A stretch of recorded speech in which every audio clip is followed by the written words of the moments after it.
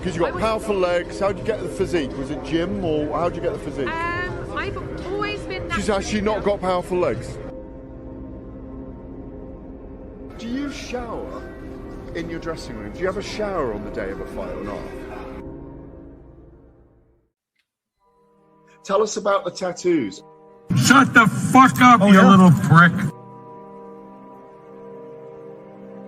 But then I've got the Phoenix. Hey, prick. So I'll take it from Bob every day of the week.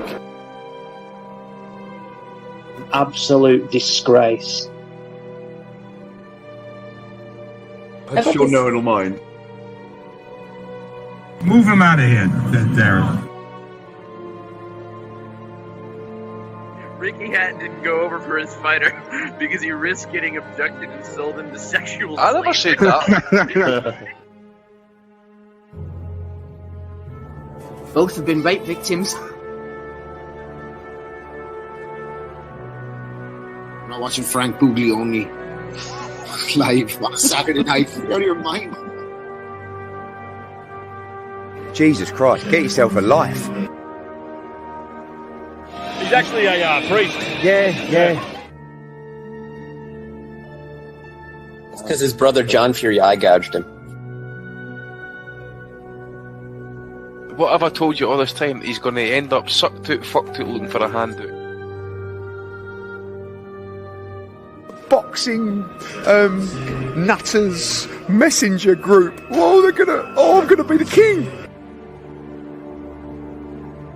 J-Pump. You know what I'm saying?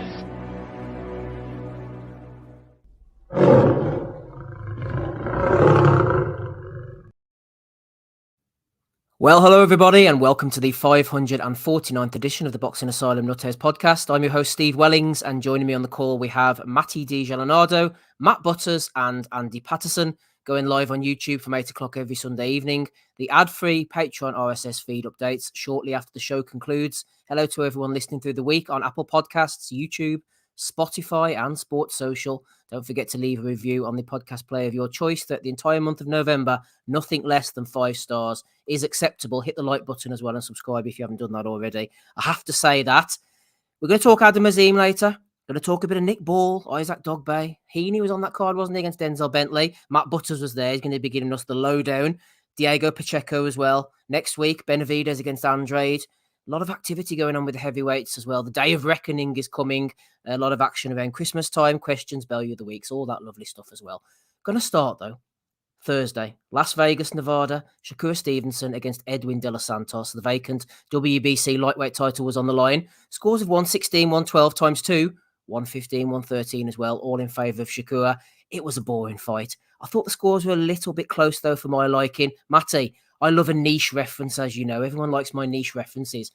This reminded me of a fight way back in the ether, 20 years ago, April the 19th, 2003. Sure you remember it well, in California. WBC lightweight title. Floyd Mayweather went in against Victoriano Sosa. I was reading through the fight report, actually, after the Shakur fight, and one of the lines was, Sosa, often the more exciting and busier fighter, was not landing clean blows, while Mayweather was picking Sosa apart with pristine jabs to the face and to the stomach. This led to a lot of Floyd criticism. This is back to me, not the article, by the way. He came out in his next fight, Matty. He had something to prove. Many people picked him to lose against Philip Ndu, and he brutalised him. Absolutely scintillating display.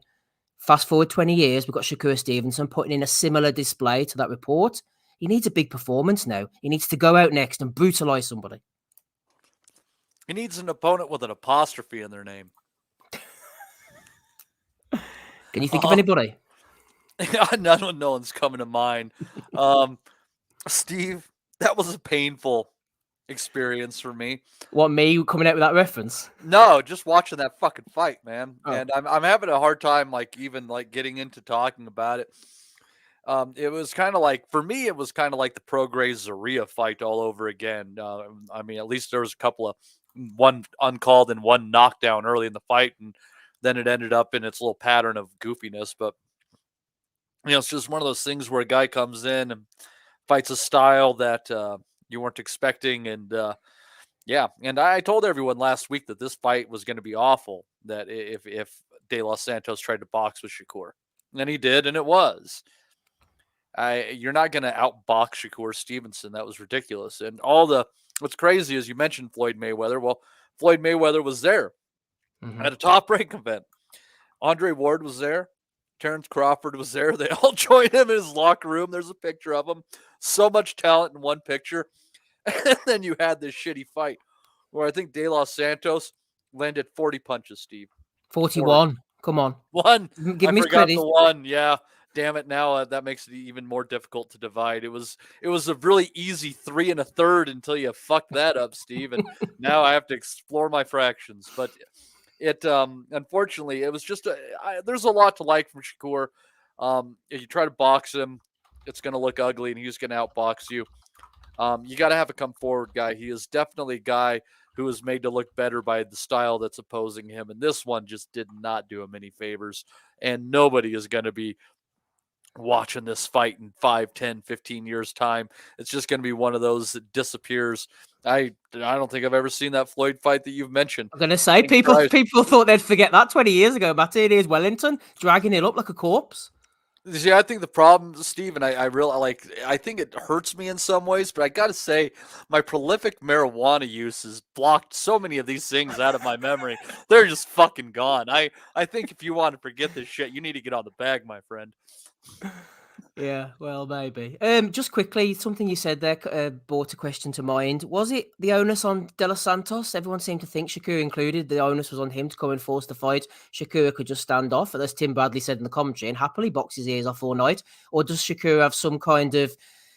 Is there an onus on him to come forward and say, look, this guy's overmatched? I said it in the chat, didn't I? Tank Davis, for all of his faults, he fights a lot of bums, but he goes out and fucks them up. Yeah, and I don't think De Los Santos is a bum either. That's what's kind of disappointing. I mean, I guess it kind of falls on both of them, but I mean, did De Los Santos want to beat a pound-for-pound rated fighter and become the lightweight champion or not? He didn't, and he bitched and moaned at the end. I mean, you can't land less than 4 punches around and complain about what your opponent was up to. Like, throw more fucking punches, man. It was yeah. I mean, it can fall on both of them, but I think that when you're the B side, you have to want it more, and he didn't. No, didn't want it absolutely at all. Talking to B sides, Bellew the weak side for Joe Tessitore for saying, I think it was the 3rd or 4th round, Shakur is downloading the range. Oh, these fucking sayings that he comes off with anyway. Tessitore is a bit of a bugbear of mine, Andy. Matty mentioned about Floyd Mayweather there. He was there indeed. They're having photos together. I thought it was interesting. Tim Bradley again mentioned during the telecast, Floyd was there to maybe lure Shakur's signature. Tessitore didn't bite on that one, but we know it's the last fight on his deal. Shakur's looking at his options. He's made that quite clear. Got a lot of voices whispering in his ear. Bob Arum here, the fighter he's been with since his pro debut. Andre Ward over here. James Prince over there. If James Prince tells me something, Andy, I fucking do it, to tell you that much. Bud Crawford over this side. Floyd. Exactly. He's boxing on a Thursday night. Tickets aren't selling. This whole Grand Prix thing's going on. Maybe Top Rank knows he's possibly not going to be one of their fighters this time next year. Possibly, mate. I mean, I've not heard any contract renewal talks or anything like that, to be fair, but fighting like that or performance like that isn't likely to move the needle to try and increase any financial demands that he's got in contract talks and that. To be fair, Bob Arum did come out and say that look, he was injured, or there was rumours of an injury. He wasn't really specific about the injury as such. He wasn't there, but allegedly it's a shoulder injury. That might explain why he exclusively fought the entire fight southpaw, which was weird to me. Just did not engage, even at 5 speed, which I watched this fight because I completely forgot the fight was happening. To you guys were mentioning in the chat first thing Friday morning, I think whenever it was. I said, Christ, right, okay.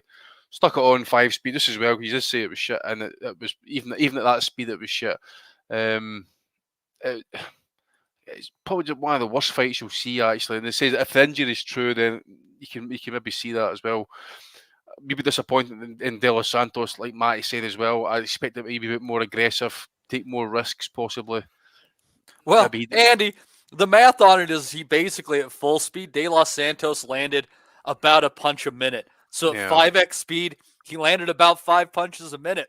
I can easily see why you're still bored. That's not a good work rate. It's not. And then, guys, we've sat here. How much shit have we sat here and gave Andre Ward in the past for a boring performance, or Bivol? Somebody else's name is going to escape me just now. And Heeney. I mean, there's numerous of them, but at least Heeney tried to kind of like come out and fight Lomachenko and that type of thing. And that, as I say, if injury is legit, then I can understand it. If it's not legit, then I can understand why Shakur maybe want to back off and maybe be a bit more respectful to a puncher possibly. But none of them kind of not even De Los Santos kind of really stepped into the pocket and tried to kind of make it a scrap. Just garbage all around, to be fair. Considering how the previous fight went on that card, to be fair, it was just trash. That's all I can just really say, mate. To be fair, De Los Santos, I really expected him to kind of like do something, even just make it interesting. But again, nothing, absolutely nothing. I didn't even want to hear a word for anybody saying that Bivol or Haney are actually, and I've said it before, that they've been boring, but after watching that, man, that was some boring ass shit. I think if he wants another shot, they need to put him again in against Jermaine Ortiz. I think Ortiz is deserving of a shot at somebody with a title, and go through De Los Santos to do it per fight if De Los Santos wants to pull the trigger. I want to say I'll be quite negative, I think. De Los Santos has shown himself, Matty, to be a puncher at a certain level, but we didn't know if he could hit at this level, but he couldn't get near Shakur. The only thing I can think of is that he was afraid of letting go for fear of getting countered. Against people like Valenzuela, he's able to, who come to him and throw a lot of bombs, there's going to be openings. Lest we forget, De Los Santos was dropped by Valenzuela before he got the shots in as well. Last time he fought William Foster III, which is a great name, by the way. It's like a royalty, in it there. He couldn't figure him out whatsoever, could he, after an early couple of round blitz? Yeah, he's... I don't know. I think after that Foster III fight and then getting dropped even in victory in one of the fights you mentioned, he against Adorno, he kind of went to that boxing style and he just stuck with it. I think he definitely has some concerns about his ability to take a shot when you kind of look at the evidence at hand. So I don't know. But he certainly is going to have to do something in his next fight for people to remember him. And it's a shame, because that Adorno fight was, he just boxed beautifully and there was enough action in there that it wasn't negative. We're like, wow, what a great performance from a guy we're used to seeing slug it out so much. He was on a pretty good run there. He caught our eye with the Foster fight and, the one you mentioned, that was like a 3 or 4 round firefight. That was great. And then the Adorno, performance. So he had kind of earned his place into getting our attention. You talk about a guy's stock just flopping. It was incredible. If he was a Fortune 500 company, they would have gone from 50 a share to like 5 overnight. This is terrible. Sell. Matty, the way fighters fall in love with their power. Are you saying after the Adorno fight, De Los Santos fell in love with his inner boring boxer? Yeah, absolutely. He just found that inner zen. He's just like, I'll just get behind the lead shoulder and flick the jab and put a couple of left hands behind it and keep them honest and bore everybody from the fucking seat of their pants. And this is who I am. And I am proud of who I am. And I say that as a YouTube short. I say back to the Dominican Republic with him, Steve. Yeah. Get rid of him. That's what I say. I agree with that 100%. Yeah. Samson, ship him back. Fuck up his visa. What's it like in the Dominican Republic? Is it a shithole or is it nice? I have a friend who's gone there quite a bit, and it's a beautiful country. They got some nice golf courses. Beautiful ocean views and shit. But what's crazy about the Dominican Republic and other Caribbean islands is they're incredibly dangerous to drive on. People just like getting fucked up and driving, and there's like tons of DUI related deaths on Caribbean islands every year. So, go for the views. Don't get behind the wheel. They are. Bit of advice from Matty. That's how boring Shakur was. Fuck! What a weird travel advice with Matty D. I've never even been. I'm just Jesus. He's never been. Talking of Matty's, Matt Butters is on the call. You're very welcome, Matt. As for the Shakur fight, we had an expert send in a message. It's on the screen. I'll read it out on his behalf, and you can break it down for me sentence by sentence. So you said, this performance hits upon a thought I had about Shakur when I learned of his performance. His status as a pay-per-view star has been forced down our throat. We are constantly told about what he can do versus what he is doing. His best win is still Oscar Valdez. Not exactly what we would call true world-class opposition. He still needs to mature, still needs the appropriate step-ups. The likes of Heeney or Tank are too much for him, in my opinion. Until he is ready for those fights, I find the thought of him being a true pay-per-view star bogus. Just my unorganized thoughts on the topic. Would you like to organize those thoughts on this Sunday evening for us, Matt? I'll give it my best shot. I should start by saying that I never watched Shakur at the Olympics, so that kind of has meant that I haven't had this Rob-like fascination. Yeah, pretty much, Matty. The word is right there, fascination. It feels to me that when he was signed by Top Rank, when he's come into the sport, everyone has pretty much gone off the back of his Olympic pedigree without really looking at his performances. And, you know, the performance on Thursday, it's not the first time Shakur has had a relatively boring performance. I remember the Conceicao fight. I didn't find that to be exactly a barn burner either. Nakatilla was the worst one. Yeah, exactly. So, you know, Shakur's previous for these kind of boring performances where he just boxes the head of his opponent. So, really, in order for him to be a pay-per-view star, what we need from the likes of Shakur is we need him to face someone who is truly world-class. Oscar Valdez, in my opinion, is not truly world-class. He's a great fighter, but he's just not at that same level. So who are we looking at? The likes of Heeney, the likes of Tank, the likes of Lomachenko. Those are the sort of guys that he needs to fight and he needs to beat before we can really call him a pay-per-view star. He doesn't seem to be the biggest ticket seller. I don't know if Americans are high on him, Matty. It seems to me that Black Americans tried their hardest to get behind him, but he just kind of appears to be disappointing them. So going forward, he really needs to put out a statement, for me at least, before he really becomes all the hype. Bradley, Tessitore, everyone on Top Rack comms were constantly on about how good he is, how he did this, how he did that, but they weren't talking about what's going on in the ring. And what's going on in the ring isn't exactly all that great. So I'm going to need to see a bit more from him, for me. I think out of the names you mentioned there, Matt, realistically, it's going to be like in-house, isn't it? Probably like a Lomachenko or something like that. That'd be a great fight, if they can keep him in-house. Yeah, True. That's a good point. Yeah. I posited in the chat, maybe, I mean, look, he's one of my personal favorites, so I'm always going to chuck him out there. But Willie Zepeda, I think William Zepeda has that sort of pace that he can force a great performance out of Shakur. Well, he would definitely come forward and throw a lot of shots, yeah? It could be a whole lot like Floyd against Jose Luis Castillo, that one. What, he'd lose the first one? Fuck you. It could be razor. It could be razor close. I still maintain to this day that if Floyd lost that first fight, I could see a draw on the first one, but we could get it. We could has there been a punches from the past on that one, Steve? No, there hasn't. There you go, buddy. There you go. Yeah, well said. Yeah, the only one we've done is Mayweather Corrales. Andy, you wanted to come in on the pay-per-view chat there about Shakur? Yeah, I'm just pulling up the ring ratings actually just now. I'm just trying to see if he's actually ranked, but I don't think he is, Stevenson, at this time. No, I think he is, no. Just the fact is, I'm sure I've read comments from Stevenson himself in the past claiming that he's in the pound-for-pound conversation. So usually if you're talking of yourself in pound-for-pound terms, you're generally speaking that you're on the cusp of being a pay-per-view star. Based on that, I was going to say last night, on Thursday night, again, injury or not, it's just not a pay-per-view star. At least when we talk about Floyd in this conversation, especially at 130, 135, Floyd was dynamic, he was quick, he was fast, he was attacking. It wasn't until he went up to like 147 really that he started to kind of rely on his defense to set up the offense, that type of thing. Whereas at 130, 135, it was just explosive speed that it was just too good, too much for his opponents. Stevenson has got the speed, but I just don't think he's got the the defensive IQ that Floyd had as he kind of went up through the weights.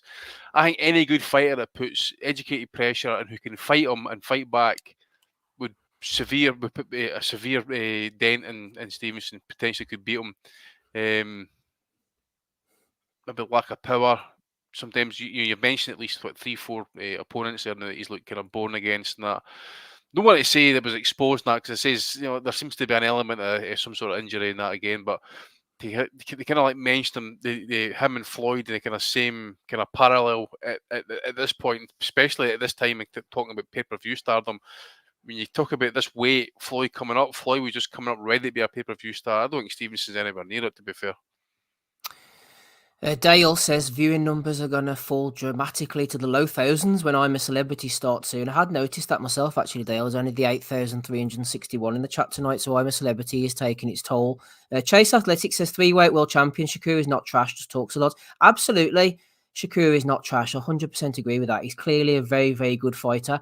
But I think the fact he's a 3-weight world champion now just shows how tenuous, Matt, you can come in on that one, the kind of picking up the belts is. If ever there was an argument for who've you fought, names rather than picking up titles, he is a 3-weight world champion. We all know he's technically brilliant. He's very athletic, very skilled and all that stuff. But you can't base off the fact he's a 3-weight world champion. You have to look at the way they go about it, I think. Yeah. I think with the sort of quality of champions nowadays, so-called champions, anyone can be, anyone of a certain level can become a world champion. It doesn't make you world class being a world champion. You have to look at the quality of the opposition, which, yes, he's a 3-weight world champion. And don't get me wrong, Shakur is a fantastically skilled boxer. The sort of the performances he's put on so far against guys who aren't good opponents shows that he is a fantastic operator. But there's a difference between being a fantastic operator and that top level, the pay-per-view stars that we're talking about. And I just don't think he's there yet. He needs, again, an appropriate step up. He needs the sort of, the names we've been talking about, the Lomachenko or the Willie Zepedas. And I think those two fights in particular are the two fights they should be looking at, because I think those are potentially still winnable fights for him. And will get him those, that necessary pressure to really step up his performances. I'm not a Shakur hater, by the way. I don't want people to think I'm hating on him or anything like that. I want him to succeed, but I just don't think the hype is real yet. And I want the hype to be real. And I want him to have the tests to show that the hype is real, to force something out of him, to make everyone believe he is what he is. He's not complete. You don't have to feel sorry about not liking a fighter who's not complete. Let's straightforward. Like, he doesn't have the killer instinct that we like to see, and he might be like almost a Floyd level as far as skills go. Like, honestly, but he's got Tevin Farmer power. Yeah, pretty much. Floyd was blasting guys at this weight. That's the difference. Well. Was he though, Matty? As my Victorio Sosa anecdote suggests, maybe not. But then, of course, in the Ndu fight, he was absolutely. And then you go up, and he had a few more, before he got up to 147. Yeah, but I mean Castillo. I mean not Castillo, Corrales. He just beat the shit out of him. And his first title, he beat the crap out of Genaro Hernandez too.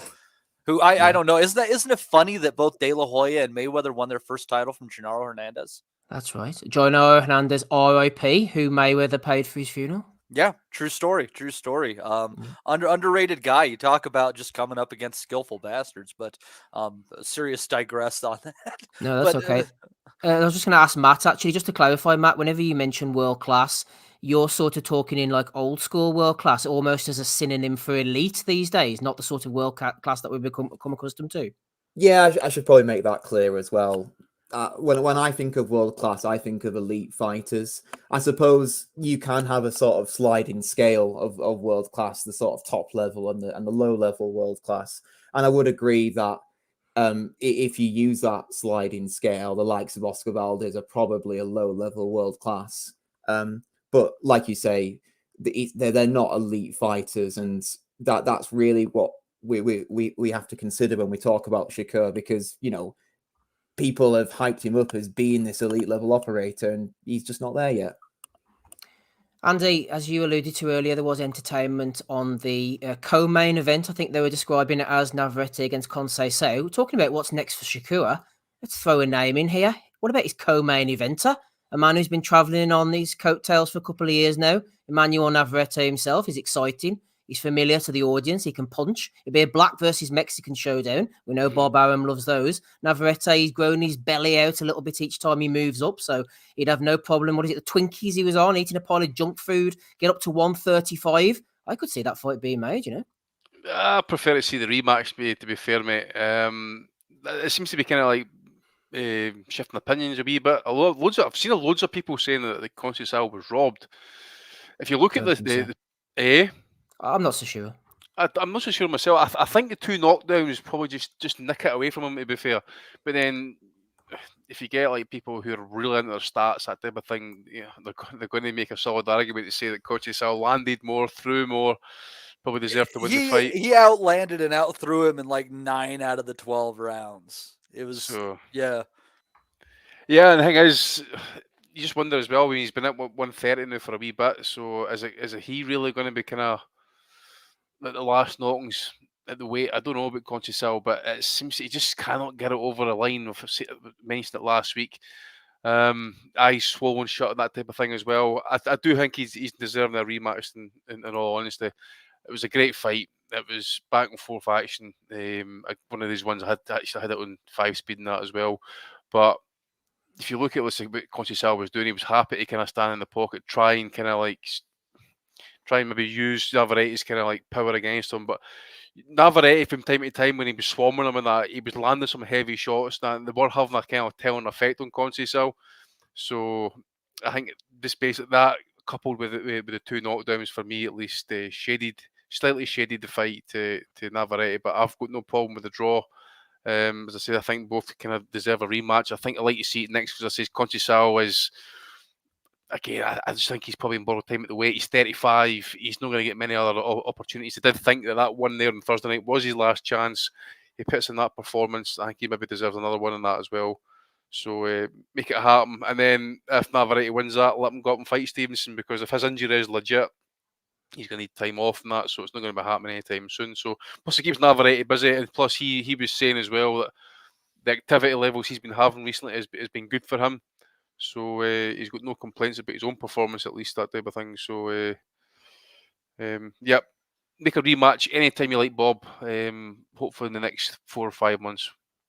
Yeah, hopefully so. Navarrete is quite an active fighter. Chase Athletics there, Matt Butters, saying that Conceicao was robbed versus Valdez and Navarrete. You wouldn't maybe go along with the robbery necessarily, but you did think Conceicao won it by a round? Yeah, I did, Steve. I think it goes back to kind of what Matty was saying about the amount of punches landed. I think overall, CompuBox had it. Did Conceicao land him by about 100 punches, was it? I think I saw that somewhere. Okay. It just goes to show, really. Conceicao was outlanding him in nearly every round, I thought. He was outboxing him at times as well. I actually thought Conceicao fought the fight of his career. It was fantastic to watch. It was a fight of a man who was desperate to win a world title versus a world champion who maybe came in just a little bit overweight, you'd think. When I heard Tess say that he was eating Twinkies in the interview the night before, I didn't exactly fill me with confidence for how his performance was going to turn out. Shades of Chavez Jr. in his Speedos eating cereal. Yeah, exactly. And you know what? His gas tank really, I'm not sure really Navarrete had that much gas on Thursday. I thought Conceicao was beating him to the punch.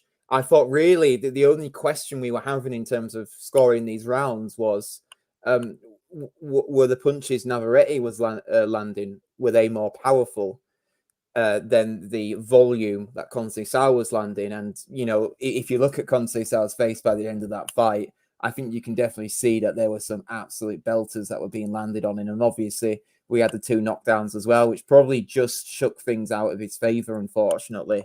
I'd like for him to get a rematch.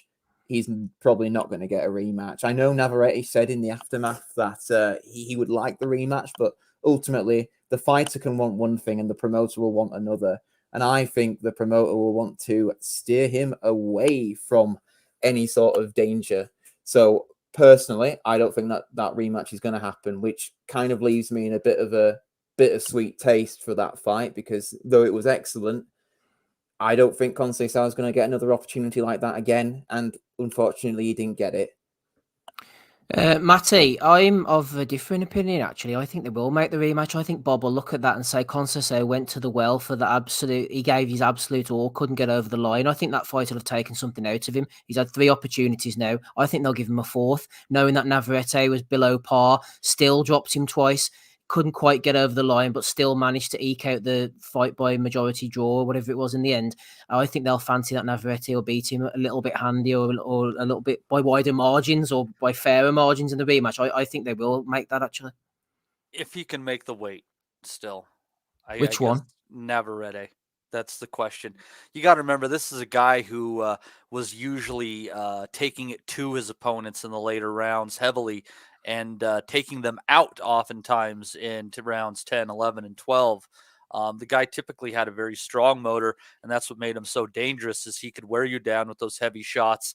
You could even build yourself a little bit of a lead, and he would just come rip-roaring back towards the end, much like the guy we're going to talk about later on today, David Benavides. But, Steve, I'm hoping you guys might be – I wish Rob was here particularly to eat some crow, because I just hip and hawed at you guys last week saying, how is Conceicao paying 7-1 as an underdog?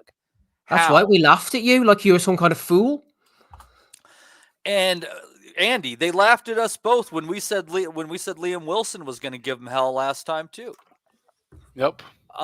Because what you got to remember here that's interesting about Navarrete is that he is fun, he is skilled, but a lot about him is that he's a weight bully. And he's getting to the point where that doesn't work anymore. He beat Valdez up. Valdez was still able to hear that final bell. You go back to a fight, I'm trying to think, maybe it was against, might have been Vivas who was up against him, like 5 rounds to nothing, 4 rounds to 1, and then he stopped him in the 6th. This is the guy who can be outboxed, can be put behind, but his size ultimately tells, and he wears you down and takes you out. And he's getting to a size where he can't do that anymore.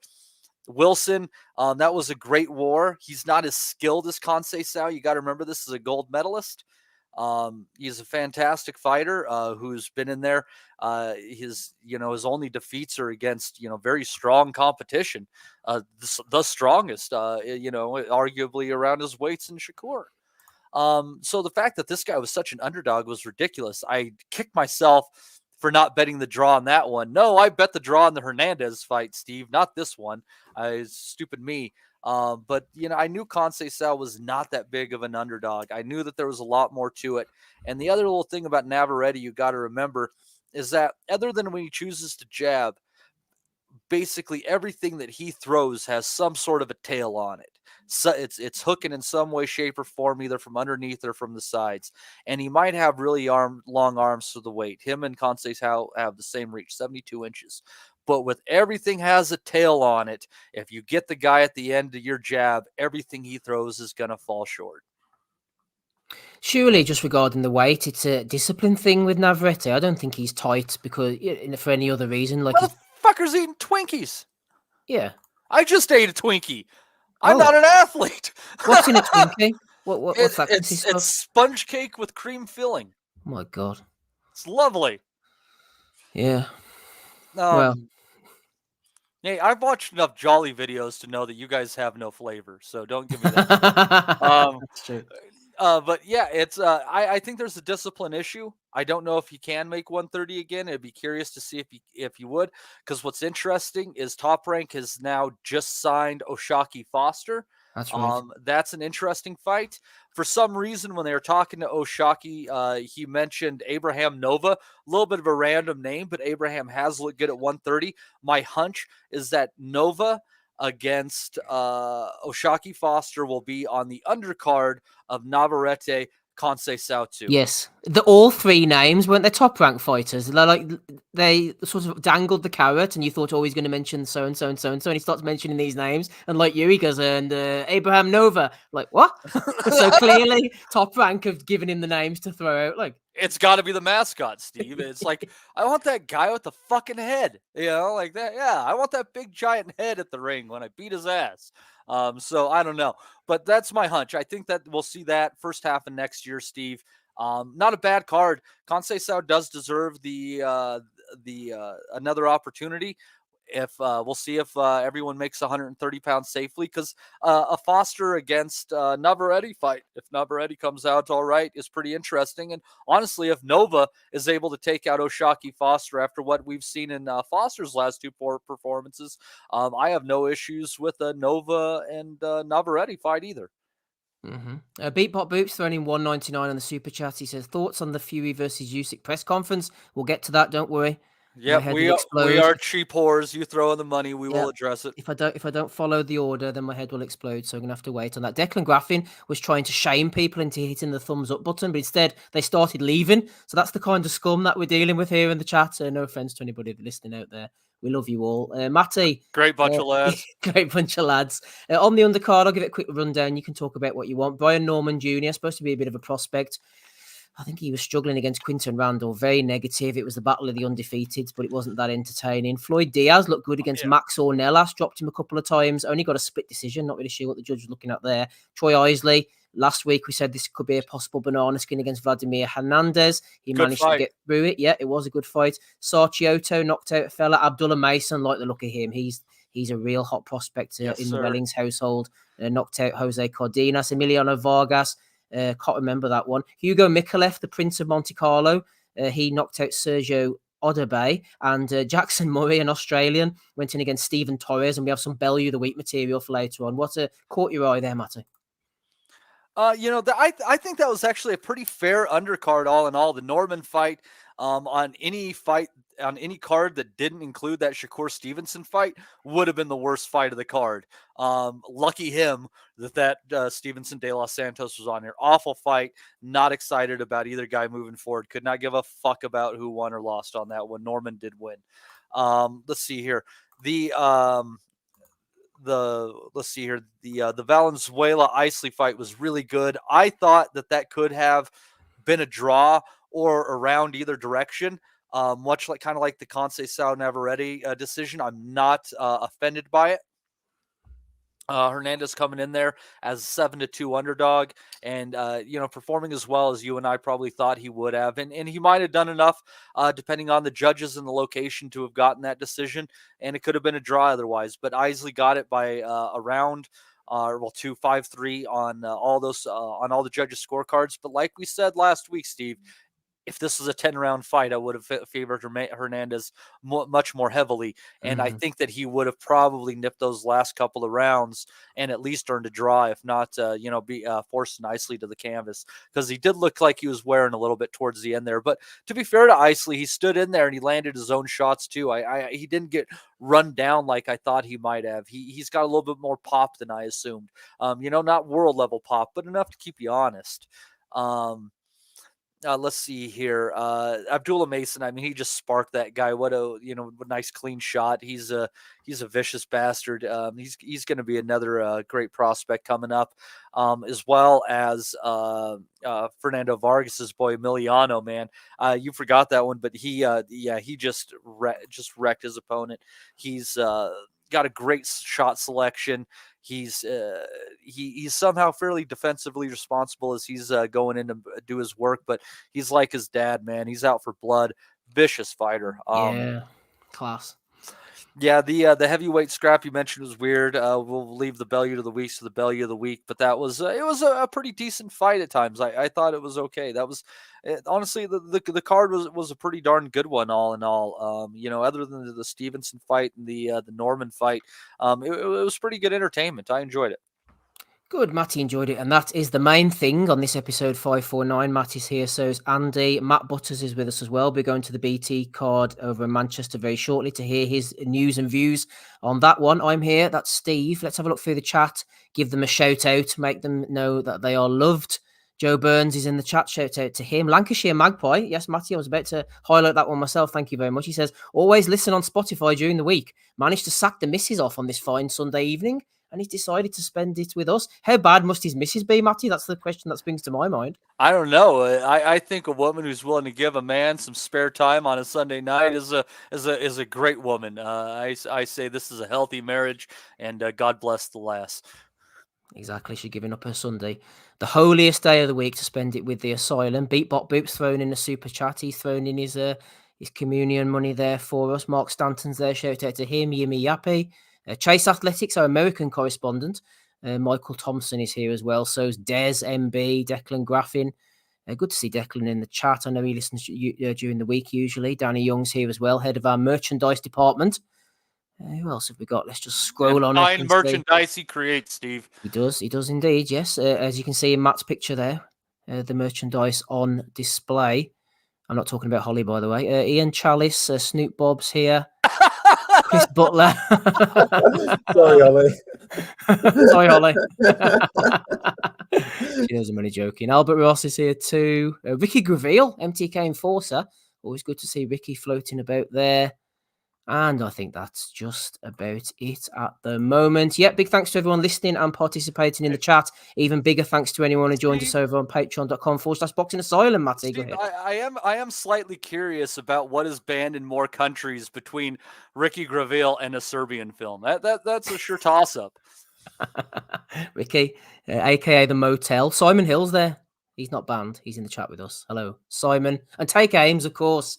Aiming high on this Sunday evening. I'm not here, he says. A bit like Chuckrow. He might turn up later. Hopefully, we'll see. Ames. Right, Matt. I've tortured you for long enough. Let's get on to this card over in Manchester then. The last float finished about an hour ago. You've managed to get home just in time for the pod. Nick Ball getting a 12-round decision win over Isaac Dogbay. The main event, Denzel Bentley, just didn't quite look himself there against Nathan Heeney. I thought Heeney would get smashed in about 5 rounds. How wrong I was. Heeney got the win. Liam Davis, Mr. Excitement. 5th round win over Vincenzo Lafamina, who didn't look too great at the end of the contest. Bit of an upset as Harry Scarf won a variety of titles against Echo Esserman. I didn't catch Collins Miller. It was just a bit too early for me. I was like Danny Young, trying to get the youngsters into bed. Didn't see Rankin Coes in either. And Dakers against Webster was a bit of a dire heavyweight affair. What caught your eye over the evening, Matt? Cheers, Steve. The first thing that caught my eye was fellow nutter Holly sitting right next to me by complete chance. That is mad. So, for those of who are going to be listening later on, I booked my ticket to go to the boxing, booked a ringside seat, and it just so happened that right next to me, Holly, who's also in the Boxing Nutters Messenger group, also booked a ticket for that exact same seat. No coordination. Both wearing our Nutters t-shirts. Just so happened to get right next to each other. So less coordination than Solomon Dakers, you might say. Oh, absolutely. Certainly a more exciting moment than the entirety of the Solomon Dakers fight. That's for sure. But on the actual fights itself, it was a bit of a long evening. God, got in at 5 o'clock, left at 1 o'clock in the morning.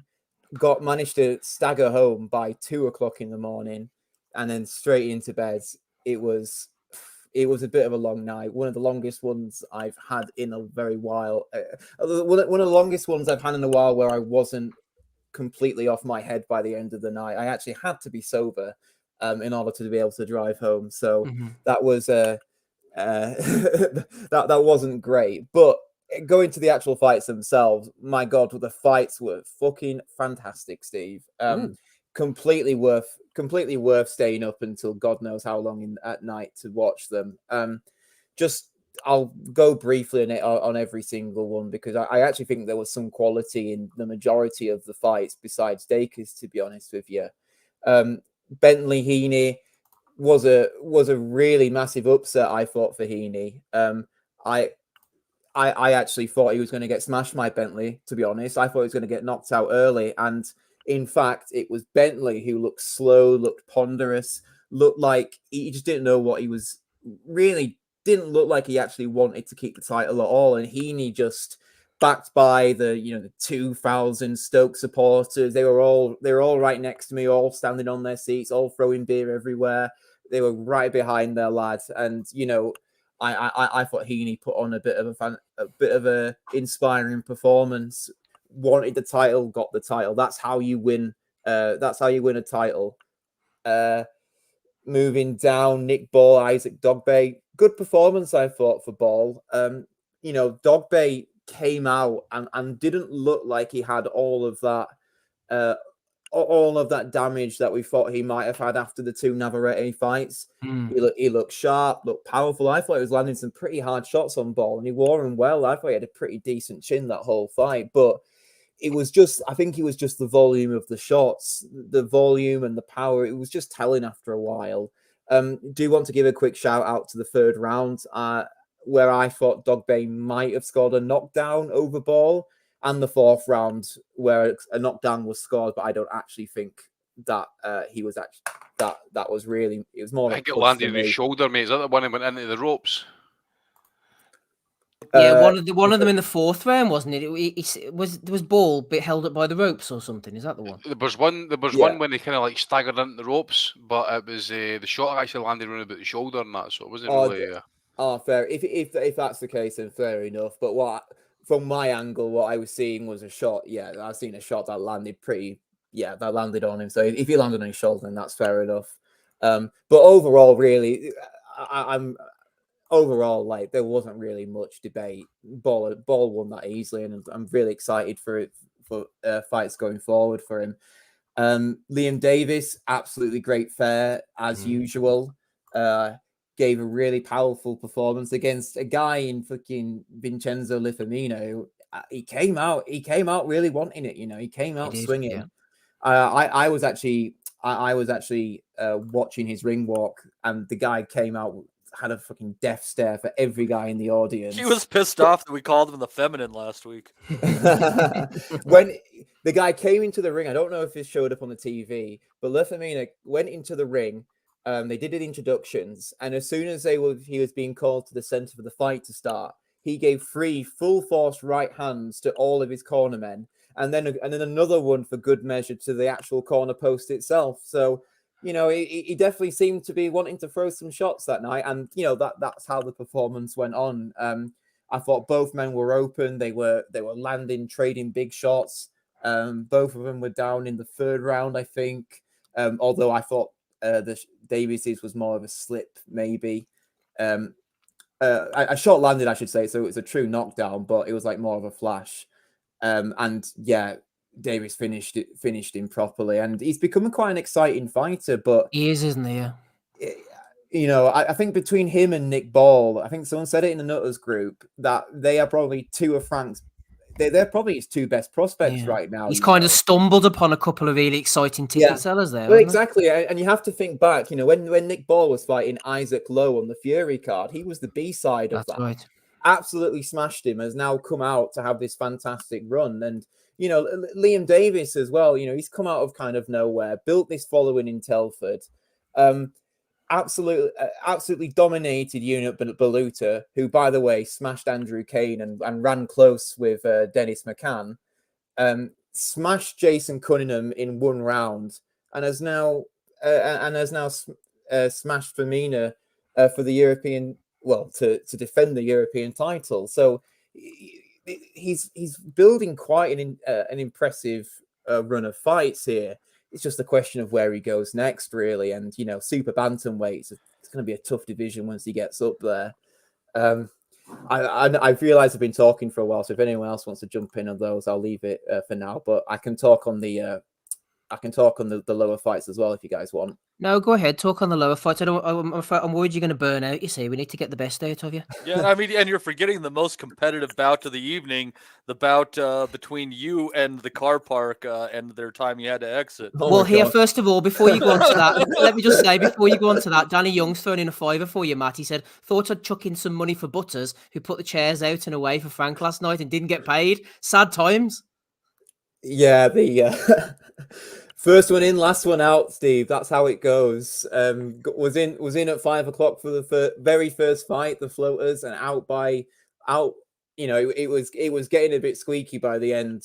I bought my parking ticket, as Matty said. I bought my parking ticket with, and it ran out at 1 o'clock in the morning. Confident man going to a Frank Warren show. Tell you what, I there's know, some mate, arrogance for you. There was a moment there once it was 12 o'clock and Nick Ball was, Bentley was just coming out, and I'm like, oh God, am I going to have to extend this now? But luckily, it all finished. It all finished, and I managed to get there by about 20-1. But yeah, moving on now to the lower fights. Let's see. Echo Esserman lost at a unanimous decision to Harry Scarf. Well deserved, in my opinion. 115-113. I had it. Another one, kind of like Bentley. I really didn't. I don't know if something was wrong with Esserman or if something's going to come out, but he just didn't really seem at the races that night. You know, he was called the engine, but I don't think he had much of an engine. He wasn't really throwing a whole lot. The volume and he didn't look too hot in the last 2 rounds of his fight prior too. I can't remember who that was against, but I don't know if he's tied at the weight, maybe, Matt. But you're right. The motor's not what it was. Yeah, and it was just overwhelmed really by Scarf, I thought, who, by the way, had a pretty decent turnout in terms of fans at ringside for him. All on the front row, they were shouting for him. So I was quite happy with them for that. Those Clifton Mitchell fighters always do. I know Sandy Ryan brings a good, and Dave Ryan, her brother. I remember them fighting in Belfast, and they brought a good 100 or so over. They are well supported.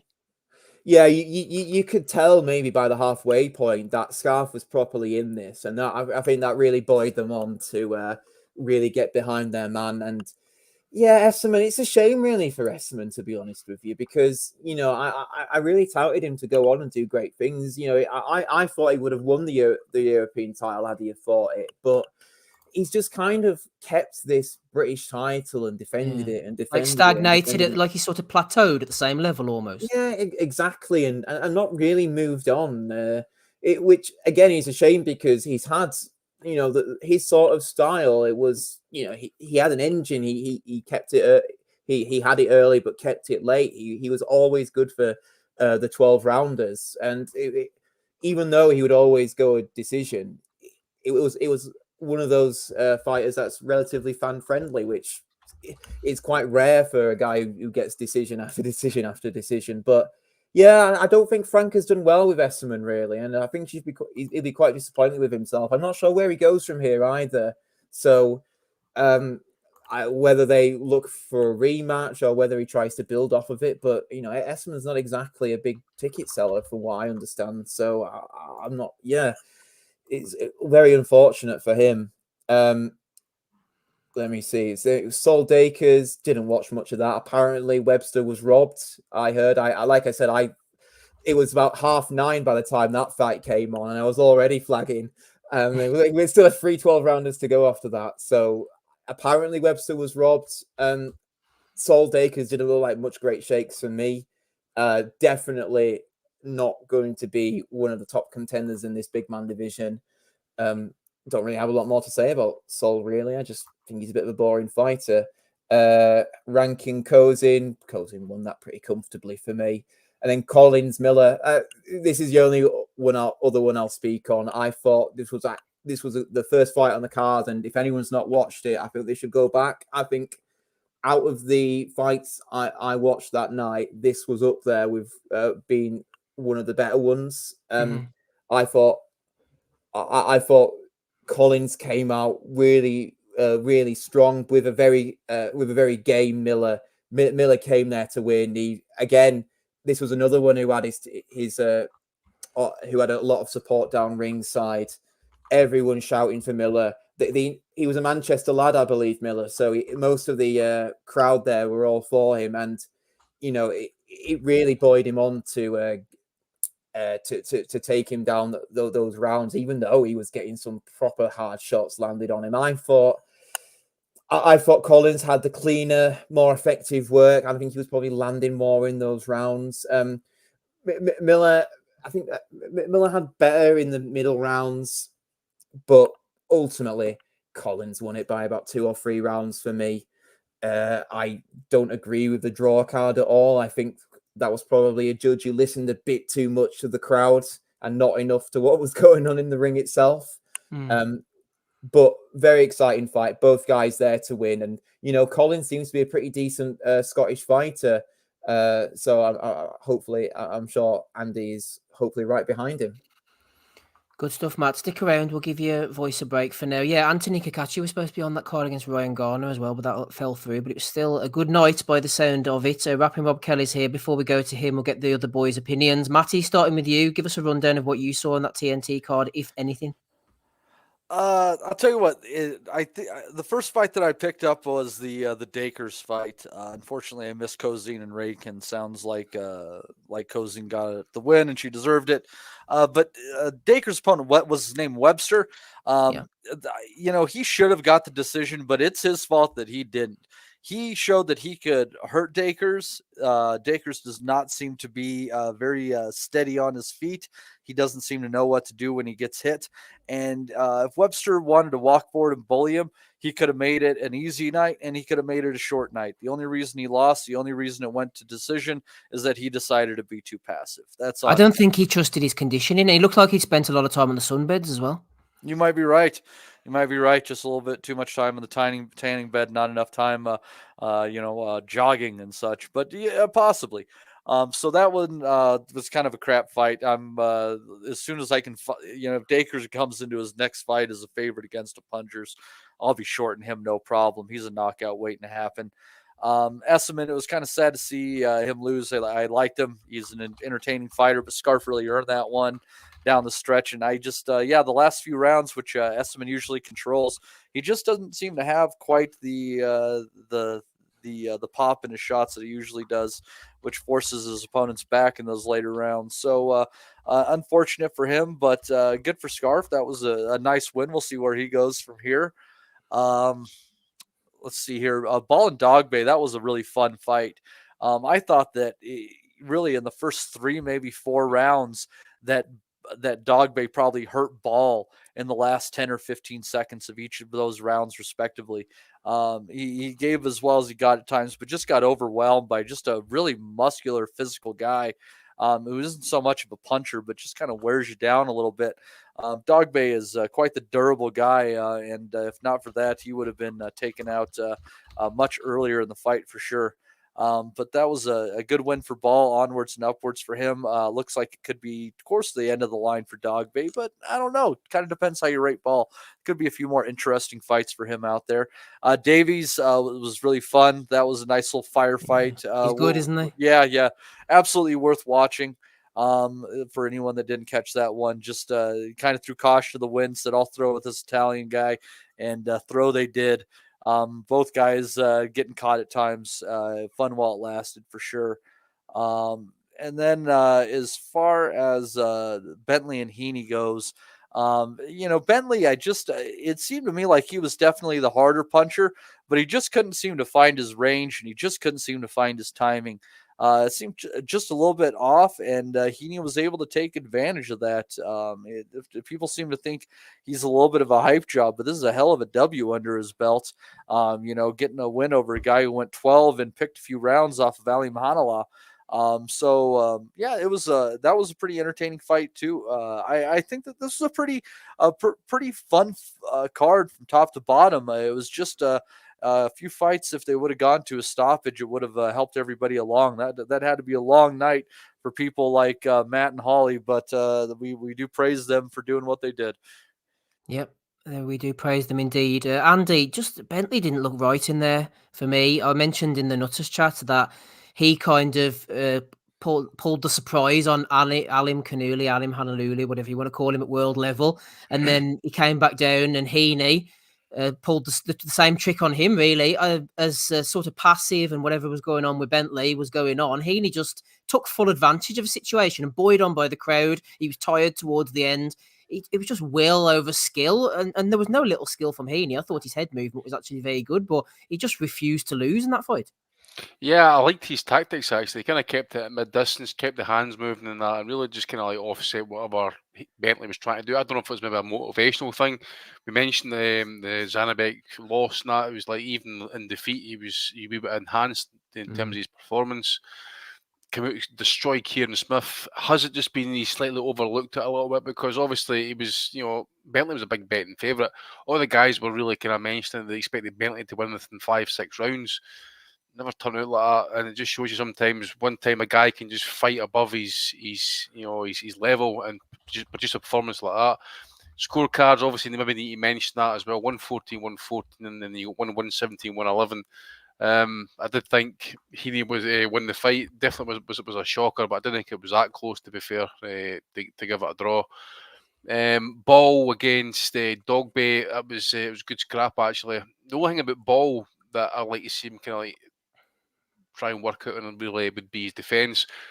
Because what he does is, as Matty mentioned there, he got caught twice in like 2 rounds back to back, late in the rounds, and got buzzed up, maybe hurt from that. I think his nose was bleeding a little bit as well. He needs to stop rushing or bull rushing the manner of what he does. He's going to end up walking into something because of the pace he steps in. It just takes somebody with a quick counter to land, and he's going to walk right in it. He's not even going to realise what's hit him until he wakes up, because that's what's going to happen. He's going to end up getting knocked out. The speed that he goes in there, and he's just going to get countered some of these days off a better puncher or someone who could time him better. Dogbay was. There was a couple of moments where he was winging maybe like big shots, it was like big three massive hooks or whatever it was, and sometimes he might land with it, and then he would do nothing obviously because then Ball would come back with the pressure. It just takes someone to kind of negate his pressure, cut off the ring, and counter him possibly in that. So he needs to kind of work on that a little bit. But other than that, I think he's exciting to watch. I do like an aggressive fighter. Obviously, being a Duran fan, that type of thing as well. But hey, Andy, did you also like him rushing in too? But do you notice like when he is his opponent stands in with him, the Ball kind of fights in a pattern too? Yeah, it just seems like he'll get picked off when somebody's smart enough to kind of know what punch is coming next. Yeah, you've got to change it up a wee bit. As I say, if his entire deal is just to kind of rush into punching distance to get into the pocket, he needs to figure out ways how to work it in there and how to get out. Like maybe like Gonzalez does a little L shape attack and then comes out in a kind of L shape. So actually like leaving your head on centre, you come out to an angle. But there's a lot to like about the guy, to be fair. But I just like to see him kind of settle down a wee bit, especially when he's really committing. Because it says I just think he could be prime pickings for getting picked off. Seems strong, doesn't he? Frampton he does. Mate, how strong Dogboy was in the sparring. He said Ball was just like ragdolling him bet place. Yep, Frampton mentioned about the sparring he'd done with Dogbay, something like 200 rounds. 200 odd rounds back in the Wigan days. Yep. Saying he was really strong, so you can imagine what bottom. You think his Ball looked fresh. Say Dogboy got paid a lot of money for them spars. Packet of washers, possibly. The other one as well was I know Matt was mentioning there about the Italian Lafima against Davis. See if he just kept his hands up. By the way, I think that fight could have went a few more rounds. To be fair, so other than that, and Nathan Collins actually, I thought that was a clear UD win for me. No majority decision. Actually, I thought Collins showed his level. Actually, I thought Miller was just okay, similar fights, but I think Collins showed his experience at title level. In that regard, I think Miller will be a good fighter, but I think he spent a lot of it on the peripheral of that ring. Like Collins dictate the pace, so I don't agree with the majority there. I did think it should have been a UD. Collins might suffer with the fact that he's just with that lack of power possibly in that as well, but definitely I would say he's definitely European class, and says if he gets the right opportunity, he might pick up a belt at some sort of world level. What else surprised me actually? Dakers was the less said about that the better. I kind of switched off after about 4 rounds of that crap. So yeah, Ames mentioned that he might have not had much time to prepare for the fight, only just signing with Frank and going out sparring and going and getting thrown in. So might have a wee excuse there. Maybe, but Frank I know he's just had back surgery not long ago, so hopefully his back's not too bad to look in the bin for that receipt. Because he might be looking for that receipt to kind see if Eddie accepts returns. Frank's face was like thunder at ringside, man. Return to sender, you know. Frankly, even pay the postage. Allegedly. But yeah, it was a good listen. To be fair, it was a good card. When obviously we were talking about it last week, this was the one that was kind of my interest. So it was the one that I kind of sat and watched the most. Never seen any of the Sky cards, so please don't ask me any questions about that. So aye. No problems. Rapping Rob Kelly's with us. Before we go on to Shakur Stevenson, Rob, I'm sure you're desperate to get onto that one. Good evening to you. Do you want to pick up on the BT card? Did you watch any Nick Ball and Isaac Dogbay on a Saturday evening? Nick Big Ball. Didn't we? Fuck. Ozzy was fucking predicting that Denzel Bentley was going to smash up Nathan the Dream Heeney. So was I. And Dave Lee. Said, fuck this shit. I think I'm trying to shit on it, and it turns out Heeney got the decision, so I didn't watch it back. But listen, I got more pressing matters. The missus and the little one are watching I'm a Celebrity. How's Bellew doing? How's Bellew doing? Has he been on it yet? Well, I heard the plan is to parachute into camp, so hopefully there's a malfunction. Oh, is this the first night of it? I think this is the first night. No, he hasn't come on then yet. Well, keep him in. Anyway, yeah. So no, I didn't watch that. What the fuck? Are you in Are you in a sauna or something and trying to get close enough to talk and then he's on the sunbeds with Michael Webster? What's the sound bad? How's the sound bad? There you go. Oh, there you are. We can hear you now. Yeah, I don't know. No, I was trying to get an update on Bellew and I'm a Celebrity, but I didn't know that tonight's the first night, so hasn't made an appearance yet. But hopefully it doesn't run afoul of your dating shows. I would hate for you to have to choose which one to watch. No, I don't watch the I'm a Celebrity ones. I just watch the fucking ones about big fatties and the 90 Day Fiance ones. I love them. Like bit of that. Like and midget dating. That's right. And midget dating. You can't get enough of that. I can't get enough of it. They should have them box on some of the Misfits cards. That'll bring some value. Have that idea for free, guys. No, I didn't see any of this shit. Like, it sounds like it was great, but I'm only interested in big fights now, Saudi Arabia and shit like that. You know what I mean? I can't be getting up for this fucking BT nonsense on a Saturday night somewhere in England with a load of fighters who are just getting paid normal wages. I need Saudi Arabia money. You know, that way to motivate me now. That's where my head is at. So I didn't see it. I did unfortunately see Shakur Stevenson. I think Tupac Shakur would have put a more live performance in than fucking Shakur Stevenson on the night. Like, oh my God. And like me, just goes to show, don't fucking listen to a word I say. See, the listeners are like Rob's on the money. I don't know what the fuck I'm talking about because I thought that Shakur, with the pressure on him, he's seen, like, he's learned, you know, he spends a lot of time with Ward, a lot of time with Crawford, you know, he's surely taken from them that you don't fucking hang on forever to get the big payday, like, make it exciting, step it up. And, like, he doesn't deserve all the fucking flack for this because De Los Santos should learn to try and cut the fucking ring off. Like, he let him fucking hit the corners like a fucking track meet, like, and couldn't get near him. But that was, and I actually loved some fucking Rigo. When people were booing Rigo, I was fucking saying that I was on the same mindset as Rigo himself, like disdain for people who can't marvel at a lad who can't get touched when he's in the middle of the ring. But the problem is you have to be active going back the way. Like, and Rigo at times was like super conservative. But like they were sending him up to fight like fucking Japanese monsters, like 6 foot guys and all. He was like fucking 40. Shakur Stevenson has no excuse. Like, he should be putting an exclamation mark on that performance. Yes. Not discrediting De La Santos. He wasn't good enough to beat him. So why not engage more? Why not make it more exciting? Why not go for the fucking stoppage? Your level's above these guys. You want the big fights at 35, but nobody wants to fight you now. Agree. You haven't done yourself any favors because all of them now are going to say, who's going to watch him? You know what I mean? Tank Davis, not watching him, he's boring. Devin Haney, not watching him, he's boring. Like, any of them now can say he's boring. And based on that fight, I know he's gone up now, like, whatever. But Tiafimo and all them, like, I don't know, like, if would he be able to, like, again, recency bias, like, I still think he's fucking brilliant fighter. Probably had an off night. He's capable of so much more. But I don't want to see that shit, like, from a fucking fella who's that talented. I don't want to see that level of conservatism when there's no need for it. Like, he could have fucking put on a way more entertaining fight than that. And it's a pity when the top guys in the sport stock don't match their ability, because you need the guys who are fucking the best in the biz to be at the top of the sport. You get me? You understand what I'm saying? Like, it's like you want the best guys, the most talented guys to be the face of the sport. Like, and Shakur had everything going in his favor, and now, like, I don't know, like, would I be like not worried about it because I don't give a fuck about him, but he's going to be all right regardless of what I think about him. But I kind of wanted him to be, like I said, the top guy in the sport because he's the best, I think, in 135 and best of a lot of those divisions. But like he's with Aram and all, isn't he? Like we've seen this fucking one before. Like I don't see him getting a big fight. Is he about to become a free agent or something? Yes, we were just about to say that. A bit of light at the end of the tunnel, maybe. Yeah, so like maybe he'll go PBC or something like that new Netflix thing might be an option for him. There'll surely be plenty of offers for him, but he's got to look better than that if he wants to put asses in seats and if he wants to bring.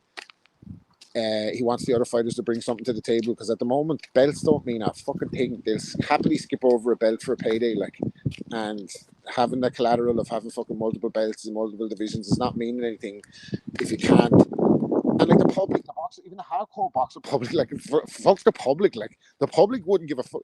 But when the boxer public don't give a fuck, you really haven't got a hope of making a big fight. So, you know, hopefully things change around. He's better matched in the next while, where you actually have to see him maybe overcome something and bring something good out of him. Matt Butters mentioned earlier about William Zapata. It'd be class if they put him in with someone like Zapata. You could see that being his like Castillo moment. Like you could see him like fucking exactly. But he needs that. I think he needs to be pushed. He needs to be in an exciting fight. That was the other thing about Rigo, is that he, as boring as he was, if he got hit on the chin, he could go over. Like, do you know what I mean? So you never really quite knew what was going to happen if things eventually caught fire. In a lot of cases, like, you know. But again, times you were rallying for Rigo, and he went out and like, what was the guy where he stunk it out? It couldn't have been any worse. What was the fucking guy? Some Cisco, I think. Oh my god, it was fucking terrible. But like, you go to bat for these guys, and then they go and put in a performance like that, and like, you know, that division was starting to take fire. It was starting to catch fire. Like, it was starting to be the division that, you know, eclipsed the welterweights when they were waiting it out. We thought all the talent was in and around 35 and 40, and we've only had Garcia and Tang fight each other. Like, so it's not looking good, I don't think.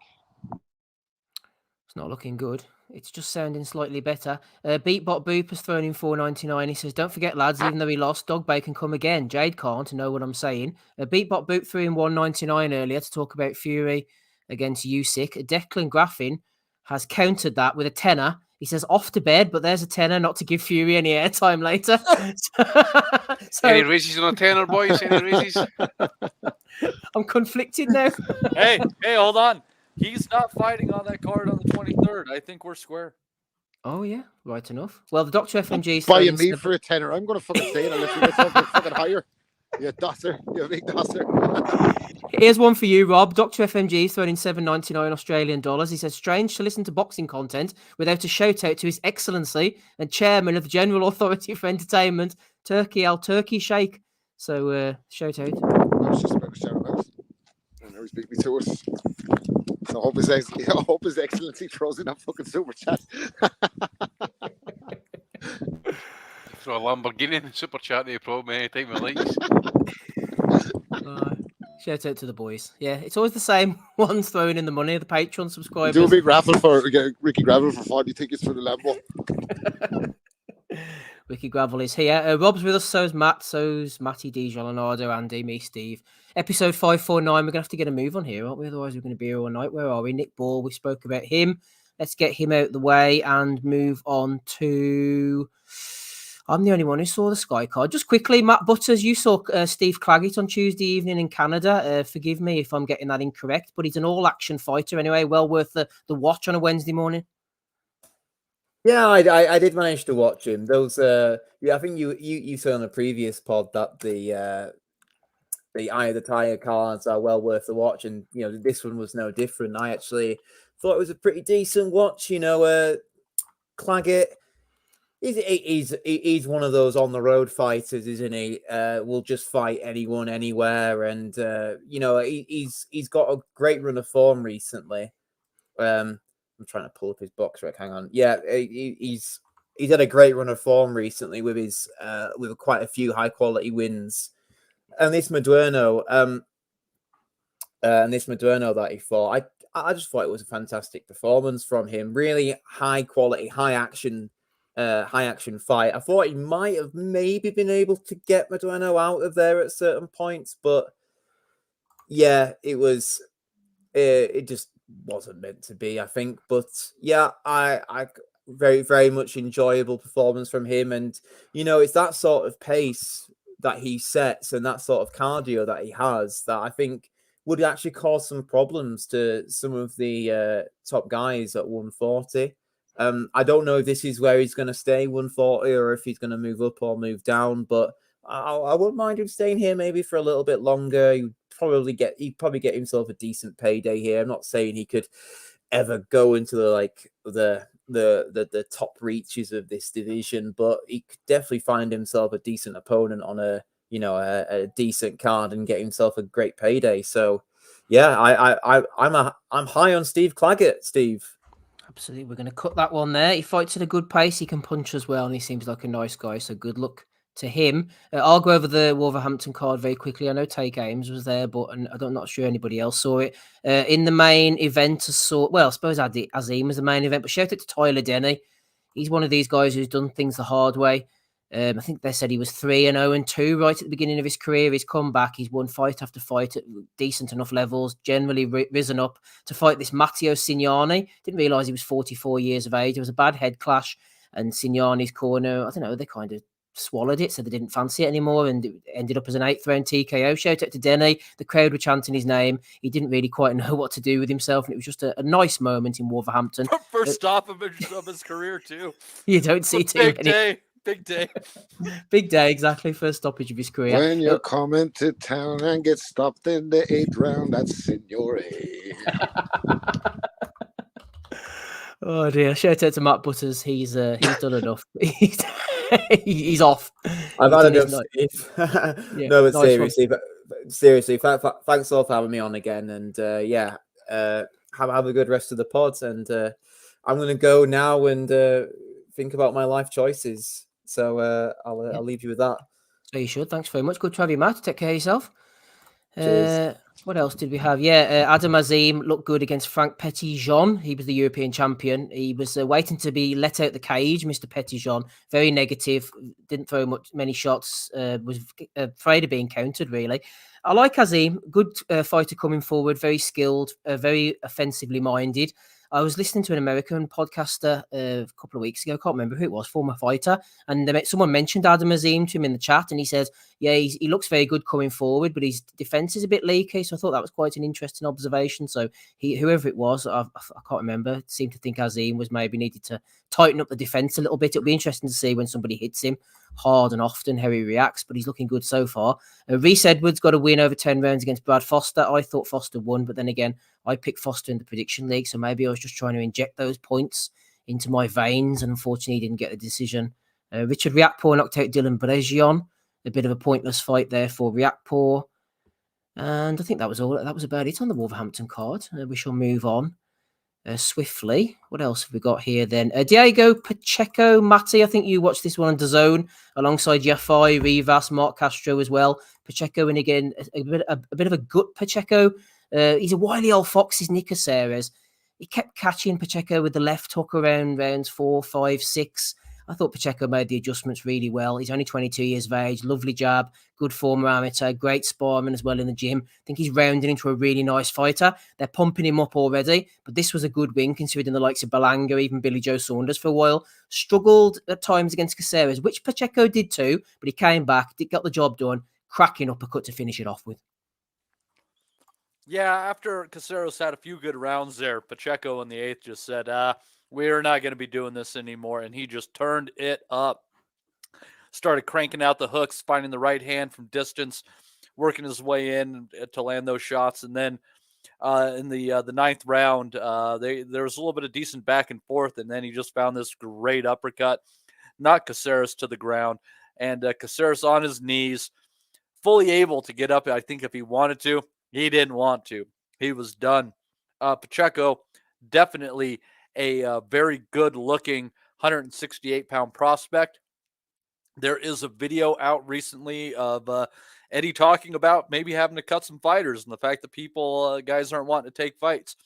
I have a hunch, Steve. I just have a hunch that Berlanga didn't want to fight Pacheco, and that's one of the references. Oh, right, okay. Yeah, I saw that, what you were referencing. Eddie saying he's going to cut people. Maybe he's going to cut Frank Smith, do you think, Matty? If anything says on a photo that it's a low-grade card, it's the picture of Frank in the middle, isn't it? Yeah. He's not cutting fighters because they're not taking fights. He's cutting them because he has to fucking cut them. They're running out of money. Jesus, boxing is dying cutting fighters because they won't take fights. Well, Fucking Eddie loves fighters who don't take fights, for fuck's sake. But in defense of kind of what he's saying there, you have Berlanga, Puerto Rican, Pacheco, Mexican, and you have that whole rivalry thing going on there, and that'd be a money-making fight. And if someone like Berlanga's turning that down, then they're not getting the return on investment, So if they're not willing to do those fights, yeah, there is no money. But piece by piece, there can be money. I don't know what's going on between Puerto Rico and Mexico, but it's not nice if Berlanga doesn't want a piece of it. Yeah, that was a Puerto Rican Mexican clash though last night, wasn't it? A substitute one, or was it not? Caceres was Argentina, I think. Oh, it was Argentina, was he? Yeah, no, that finish was fucking pretty emphatic from Pacheco. He looks the biz, like he looks really, really good. We have to see 68. It's not too hot, like apart from Benavides, or Canelo is still fucking, I guess, hanging around there. So I suppose it is hot, like, but he's got time on his side, hasn't he? 22, maybe he could go up to 75 as well. It looks good. The punt, I love uppercut finishes. That was fucking tremendous. Yeah, especially from a taller fighter on a shorter one. I know Top Rank alluded to the fact before that Berlanga, they offered him 2 or 3 different opponents and he refused them. He's told a different story, said he wanted to fight guys that Top Rank wouldn't agree to, but it's body of evidence. And as Matty alludes to there, if the same thing's happening here, then maybe the problem is with Berlanga, who is a bit of a problem child, Andy. They've said in the past, Pacheco, will go back to him. I'd love to see him fight Berlanga. He trains with Jose Benavides Sr. He has a similar frame to David Benavides, who's fighting next week. They spar a lot together. He's a lot looser, obviously, than Benavides. He's a bit more mechanical at times, coming forward constantly. But that height, that strength, that youth, that ability to throw a variety of shots, like I said, the uppercut, even though he's the taller man, he can take those attributes and develop, I think, Pacheco into a real 168-pound threat, Andy. Yeah, he's been looking decent, mate, the last few fights, to be fair. I don't know, what is his deal with Eddie just now, actually? Is it? He's been signed up right from the beginning, hasn't he? So he's definitely signed on a long-term deal. I'm pretty sure of it, yeah. Well, as I say, it's good to see him anyway, because we're needing some sort of kind of good talents at 168. Outside the likes of obviously Benavides, he's kind of dangling about there. Obviously, you got Canelo. I think that fight will happen eventually, but it's good to see like some of the kind of fresher bodies coming up. And as Rob says, that ending was pretty emphatic, brutal right uppercut. Did anybody think that maybe Kosar's maybe chucked the towel in there? I mean, there was no. He looked clearly clear-eyed, clear-headed. Didn't seem to be completely hurt. Those 2 rounds, he was eating a lot of hard shots in there. Yeah, the last 2 he tried a few things, and he tried the left hook, he tried the blatant headbutt, and he thought, forget this, man, this shit's going downhill. Aye.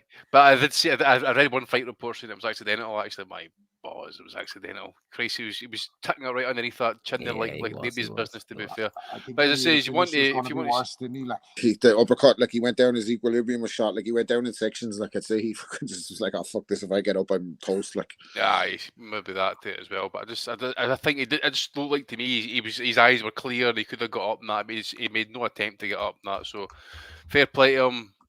He wins the fight, Pacheco. I just wonder actually what Eddie's not really having a good time just now. Actually, I'm just wondering what he's going to do with him, because obviously he's talking about trying to make these fights, and he's made one step anyway to get Joshua involved with the Saudi Arabia thing and that type of thing. But what would he do at 68 in terms of this guy, Pacheco? I mean, he's not going to make these. He's obviously lost to Alvarez. I'm trying to think off the top of my head. But is Berlanga with Eddie? You said these days. I think that's a fight for down the line, to be fair. Berlanga's just hasn't improved over the last Beck the Bully would be a fun fight, wouldn't it? Because he's dangerous, although he's with Oscar. But then again, Oscar seems to be trying to make fights not happen across the divides. Well, he says he is, but I mean, I don't know how many he's actually making. He keeps saying it. Like I don't think they're going to have a choice in 2024. All the tea leaves are saying that these guys are fucked, and they're starting to realize it. You're absolutely right there, mate. There's no money. The money is gone. You've got Al Heyman having burnt fucking God knows how many TV companies down to the ground. You've got Showtime, HBO, Fox, Spike, Bet TV. You name it. He's been through them all. ESPN, probably Fox Plus. Al Heyman's burnt everyone of them down to the ground, and that he's got all the money out of them as much as possible, and now there's none to be had. You're chucking it all in behind £80 pay-per-views, sending it over to the sheiks over in Saudi Arabia. Not to worry. The Saudis have this, baby. His Excellency is going to be putting on cards with 50 fucking fellas on it every night. Watch, they're going to be it's going to be like Masters of the Universe or Secret Wars when they got them all and fucking put them on a different planet. That's what's going to happen. And all you needed, they're all going to be there whether they like it or not. And all you needed was a time machine to freeze Don King, and he'd have done it for fucking half the price. Not even a quarter of the price, actually. You know what I'm saying? Don't even need a time machine. He's still there. Just need him back in the game. That's fucking. He's got another 15 years left in him at the top. Man, yeah. Get him in on a Ouija board. I'm just thinking, obviously, I mean, I think the only name that kind of pops out to me immediately would be John Ryder. Yes, that's exactly what I was just going to say to you, Andy. Great minds. John Ryder. Or it's prime to be served up Ryder in a couple of fights, man. It is, and plus John's now getting on a bit. I'm not saying that he's washed or anything like that, but John has now been over the course a few times. Shall we say he's been robbed in a couple of them. Should have got better decisions in other fights than that, but you wonder how many opportunities are kind of left for John, really, and I think that'd be one of them. Other fighter I'd like to see would be Christian Mbili. I think that'd be a good cracking fight as well. Mbili's he's a strong, rugged fighter. Comes to fight, I think they would put up a good test as well. He would indeed. Top Rank need to get the finger out their arse as well, mate. I mean, they're not doing nothing anyway in terms of some of the bills they're putting on in terms of the fights and that. Well, I suppose, like anyone, they're scrambling around for headliners now. Yeah, everybody's the same. As I say, it's high time. It's time to shit. I get off the pot now. It's the options are really narrowed down a wee bit. I mean, there's that. What was that Irish card that was on down in your neck of the woods, Rob? Letterkenny. Letterkenny. It was €10 pay-per-view to watch that. Letterkenny's fucking Donegal. That's not my neck of the woods. Is a total opposite end of the country. What I meant is it was in your nation. I didn't want to say Southern Ireland or something like that. I started causing fucking chaos. It's one of the three it's a fucking republic, you fucking prick. It's one of the three counties of the north that we managed to fucking somehow hold on to that. I'm sure nobody would have complained if we gave it away. Not only joking. It's just the mother-in-law's from there, that way. So I don't think she was on the card, but I would have favoured her against anybody honest. Would you have paid the €10 to see her in action, Rob? Getting the old fist out, boom, boom, boom. Absolutely. I would have paid the purse to the other guy. That's terrible. That's just for comic effect. There's nothing wrong with that. Right. I set that one up for you, though, didn't I? To be fair, sorry, Rob. Who's the other person that we have on right here with us? That is the one and only, I believe, Take Ames, who was sampling the sights and sounds of Wolverhampton over the weekend. Ames, the man on the horse, Dudley Street McDonald's, the Civic Hall. I'm just here early for the Misfits boxing chat. Come on, then. What did you see? What did you see, Ames? Well, I see. Classic. Kind of not too much. Classic, not too much in terms of being back and forth and working obviously for seconds out and stuff. So you don't get to see too much of the fight action. But the venue looked pretty cool. To be fair, a little bit of an upgrade, your call kind of thing. Wouldn't mind seeing more Wolverhampton cards happen there. It's quite raucous in there, packed to the rafters for the fights on the card. Adam Azim did what he had to do. Really, if you're being critical with him. Probably should have stepped on the gas and stepped through the gears a little bit more from an opponent who really wasn't offering all that much. I know that he kind of dropped him before he eventually got the finish beforehand, but you feel like maybe Adam is a little bit guilty of wanting too much to hit and not get hit, and that maybe needs to be fashioned out of his game as he looks to step through the ranks and maybe just hold his feet a bit more and really kind of throw down to get his opponents out of there. You already mentioned Tyler Denny is a real success story. He had a bit of a hit back a little bit at Shalom. Shalom said that he was a toilet cleaner and rose to the ranks of a European champion. And Tyler was like, "Hold on, I was a plumber, not a toilet cleaner." Either way, Shalom's out to touch like Frank Smith, I think. Either way, a great rise to European contention for Tyler Denny, which again, like he is like alongside of the good work they've done with Dan Aziz, really unheralded, not really favoured by any promoters. So they've given him some backing with Boxer and Sky Sports, and he's taken his opportunity from the BCB gym. Those fighters who really kind of, when they've had that spotlight, they've generally seem to have taken it. A lot of them have. Ijaz Ahmed, Nathan Heeney, as we mentioned before, Tyler Denny, Rachel Ball in the past, Liam Davis. That's a real kind of untapped gym, an untapped area of talent that West Midlands is so fighters like him and others who are getting the opportunity are really kind of taking that moment. So good on them. Brad Foster, I didn't see the fight, but a lot of people kind of said he got the rough end of the scorecards there, which is a bit... Ames, I have to ask you, do you think that it's any coincidence that this level of talent has increased after Steve left the area? I think so. Yeah, I don't know what. It seems a bit of like one of those voodoo curses, Wellington curses. That's what it was. The kiss of death. That's a word. That's he got out of Wolverhampton, and now the Irish fighters, they seem to be lacking a little bit over there, aren't they? So well, I've been out nearly 20 years, so I can't think you can blame any curse on me. Well, that's how long it takes to kind of lift, right? That's how these curses work, don't they? Like the fucking Bruce Grobbelaar curse at Anfield. That one. I mean, I'm not saying that him moving to an island changed things, but I mean, it's, years since, and just finally there's a second major card in Ireland, and it's a woman headlining it. Obviously, Steve fucks things up wherever he goes. If he's within only 100 miles, it's very close. I heard that the goat got off Steve's farm, and now he's the greatest of all time. Actually, considers himself on Steve's farm. He considers himself the loat, the luckiest of all time. Well, is this a Tap Wellings night or something? Come on, Ames, drag us back. Dragging you back, indeed. That's Dylan Chima, one of back to the farm. The goat doesn't want to go there. Dylan Chima, one of those boxer kind of fighters. He been in a tournament, not a great look for him. He lost coming back to back defeats on TV for Dylan Chima against Robinson Mora, who's really in there for, if you're gonna progress at any sort of level, you've got to be dispatching of these sort of opponents. I think that might be the end of the road for Dylan Chima. Really, he does bring a bit of a backing, so maybe they'll use him again in terms of selling tickets, but not great for him. Niall Berry, I want to highlight Niall Berry. A lot of talk about Niall in amongst the scene. John Pegg, I know, is someone who champions him very well in terms of being someone that you can build an area around alongside Tyler Denny. He looks like a good fighter. I believe he was on after the broadcast, eventually stopping his.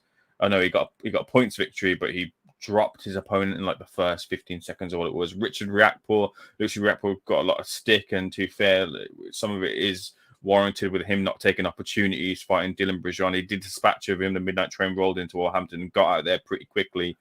As do a lot of people who, when they venture to Wolverhampton. But Riakporhe did what he needed to do to hopefully set up a world title opportunity for himself. So, all in all, from what I saw, I thought it was a decent little card there. But just going back to Azim as well, like, it's going to be a pretty big year for him next year because they're moving fast now. He's got the European title, so I think it'll be a bit of a getting ready year for 2025, getting those world title opportunities, and really it'll be the most key year for him to see whether he's ready for that, because it looks like they won't do the Dalton Smith fight. Harlem Eubank, I doubt they'll do that either, and not for want of trying either. To maybe on Dalton Smith they want to hold that for later on, but without those sort of levels of tests, you've got that Enoch Paulson coming up next. Like, you should dispatch him. Like, you've got to really kind of give him that moment to have someone that's really going to trade with him, so we know that he can compete at that world level. So a real key year for him going forward. But if they get it right, they've got something really good on their hands.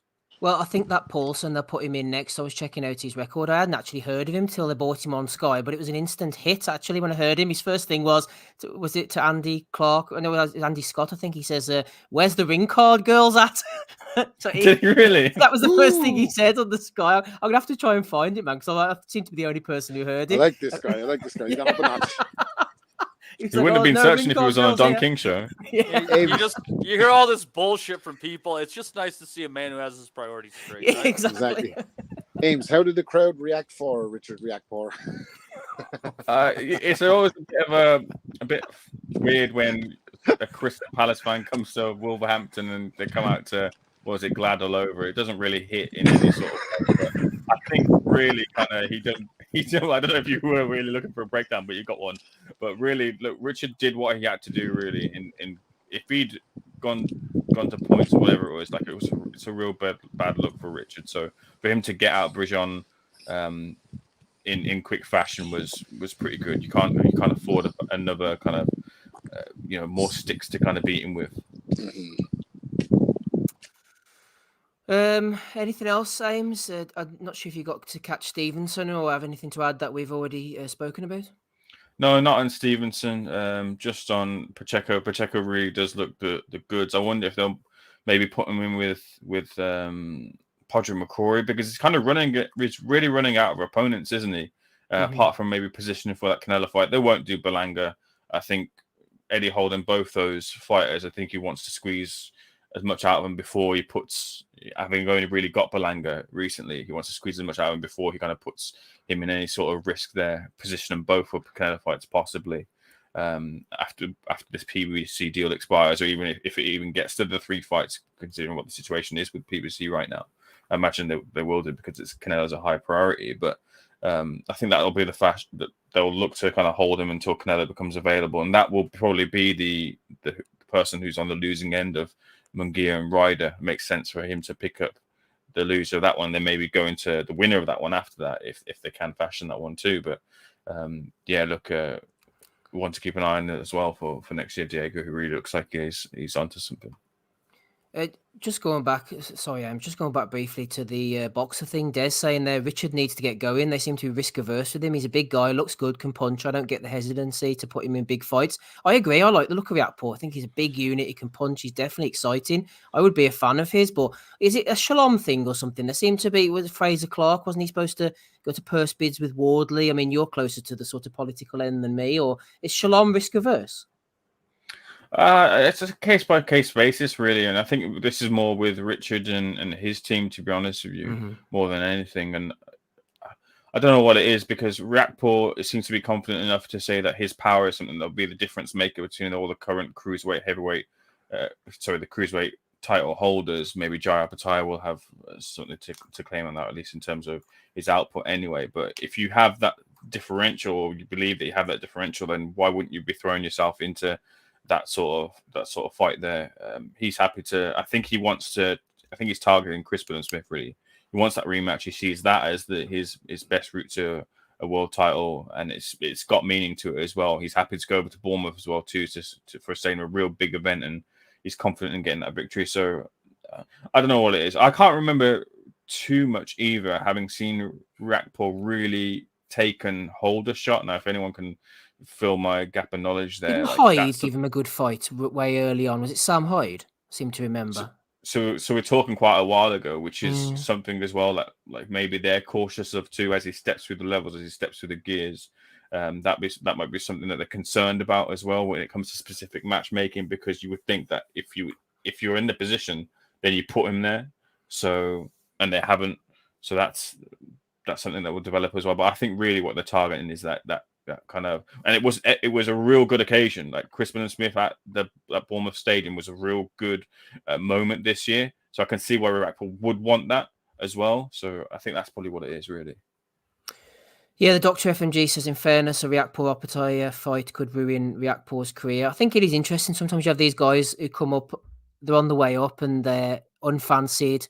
They've got everything to gain. They're giving boxing a good go and they're knocking people out. And then all of a sudden they get to a certain level and they think, oh, I'm quite good at this. And they get a bit of backing and then they kind of get a bit sort of tense and they've got something to lose and something to hold on to. And them and the promoters and the managers aren't as quick to push them forward. And I think, shout out to Tyler Denny, I suppose, in Skywin sometimes, and those losses on the record and that. There's not so much to hold on to, I suppose.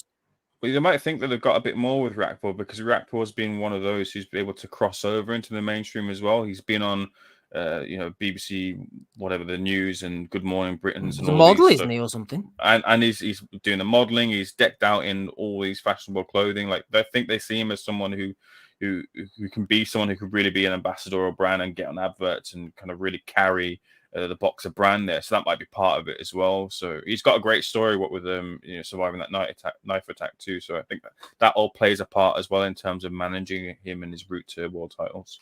Mm-hmm. No, that's not too many fellas that survive knife attacks end up being models. It depends where I suppose the knife goes, eh? Yeah, fair play about the branding stuff. I just want to see him fight a world champion. Anyway, let's move on. Andy, Uzbekistan. Not sure how much you saw this on Friday night. I watched the whole thing, hardcore that it was. There was no sound for the first 2 hours of it, so I was trying to work out who the hell was who. Jalalov banged out Chris Thompson. It was a farcical fight, to be honest with you. Abdukakorov, he won. Can't remember what he done. Hadji Baij. My God, this guy could not punch. He was banging away at Carlos Molina, trying his best to get him out of there. Eventually, the referee took pity and stopped Lamina in the 9th round. Nursultanov against the replacement. Julio Alamos came in for Vinny Feigenbutz, who shit it. Alamos came in at short notice, went the 12 rounds, did his career, no harm whatsoever. And Pedro Guevara, not Che Guevara, in the main event, lost a split decision to Carlos Quadras. I'm trying to remember this. Quadras dropped him twice, I think. Did you watch it, Andy? I'd never seen it, mate. That was a decent scrap. Did have a copy available. I didn't bother downloading it because it was like 10 gigabyte. Seen the Jalov knockout on Twitter, mate. What can you say? This I'm fed up saying it. This guy fights far better as an amateur or fighting these amateur events. But he's done as a pro. He's now 13, 14 fights into his pro career, if you can call it a pro career. I don't think he has fought anybody within the top. I mean, he's fought. I've just pulled up his record there. Names that people would probably have heard of is Zokalowski and Curtis Harper. That's it. There is nobody else. I would imagine anybody else has heard of. That is what he's fighting just now. I don't know, mate. He needs to. But he doesn't need to do anything, I suppose, if he's got to fight. I mean, some of these amateur events he's fighting these days, that they are paying money out, like the IBA amateur boxing scene, whatever they're called now. They're having like, say, his night of champions, and like the winner's getting like something like $200,000 and that. So it's no chump change at the end of the day, you know. It's more than a living wage, especially in Uzbekistan anyway. So if that's what he's getting paid as an amateur, I can understand why he's not maybe taking the risks as a pro and that. But you just want to see him. He's 29 now. I mean, what the fuck else is he going to do? He's not going to get any better. He's a big unit, isn't he? Flip me. If they could do something with him, like, he'd cause trouble for the best fighters, I think. 250, 260, mate, in terms of weight. He's going to take some shifting. He's got power. He's got skills. He's got good feet. But you just want to see him in like a scheduled 12 rounder against a top 15, top 20 ranked opponent.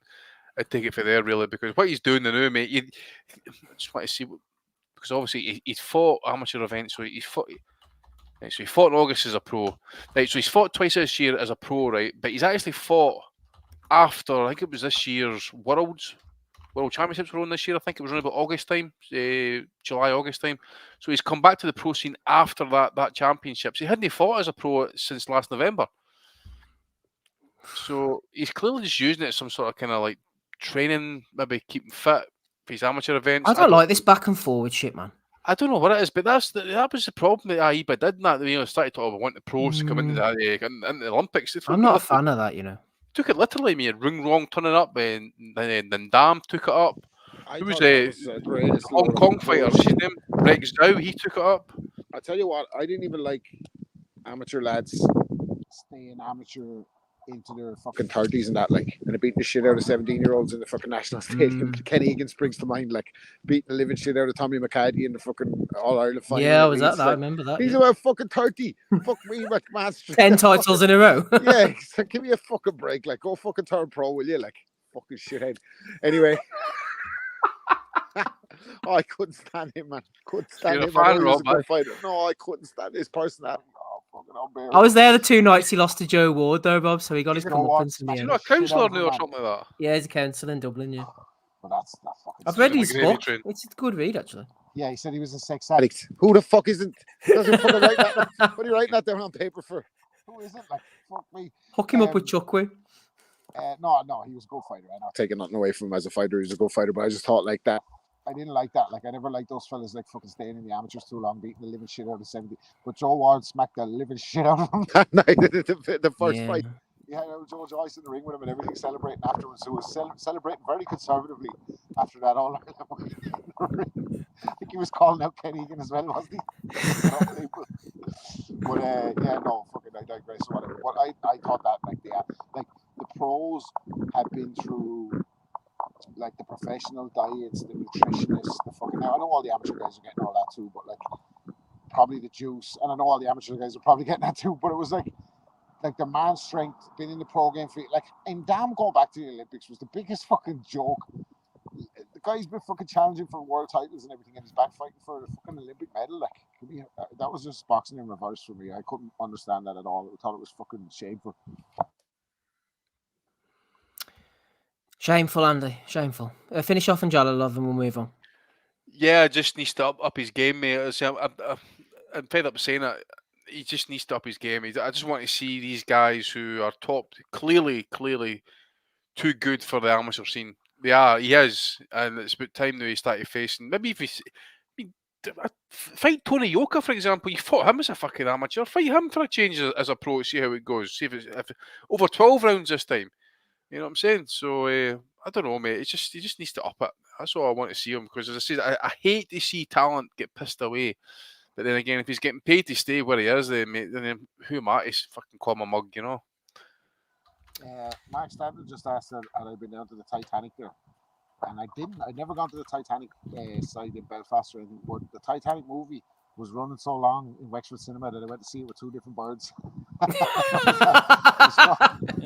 Well, I've seen it twice. But every time I watched it, I kind of felt sympathy for the fucking what's the character he was fucking.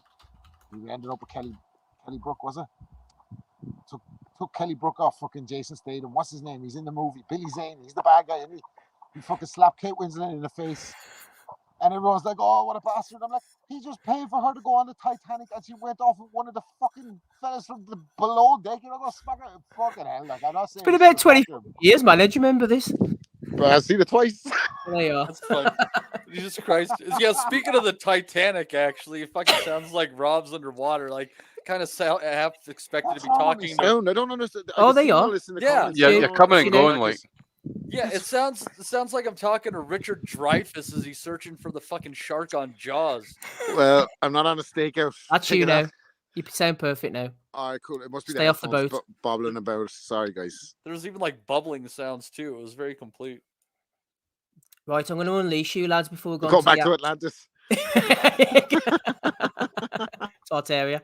I'm going to unleash you, boys, on the big topic of the weekend. You can talk as little or as long as you wish on the heavyweights. Exactly, Andy. Absolutely. You got something to bring up. There's the place to bring it up.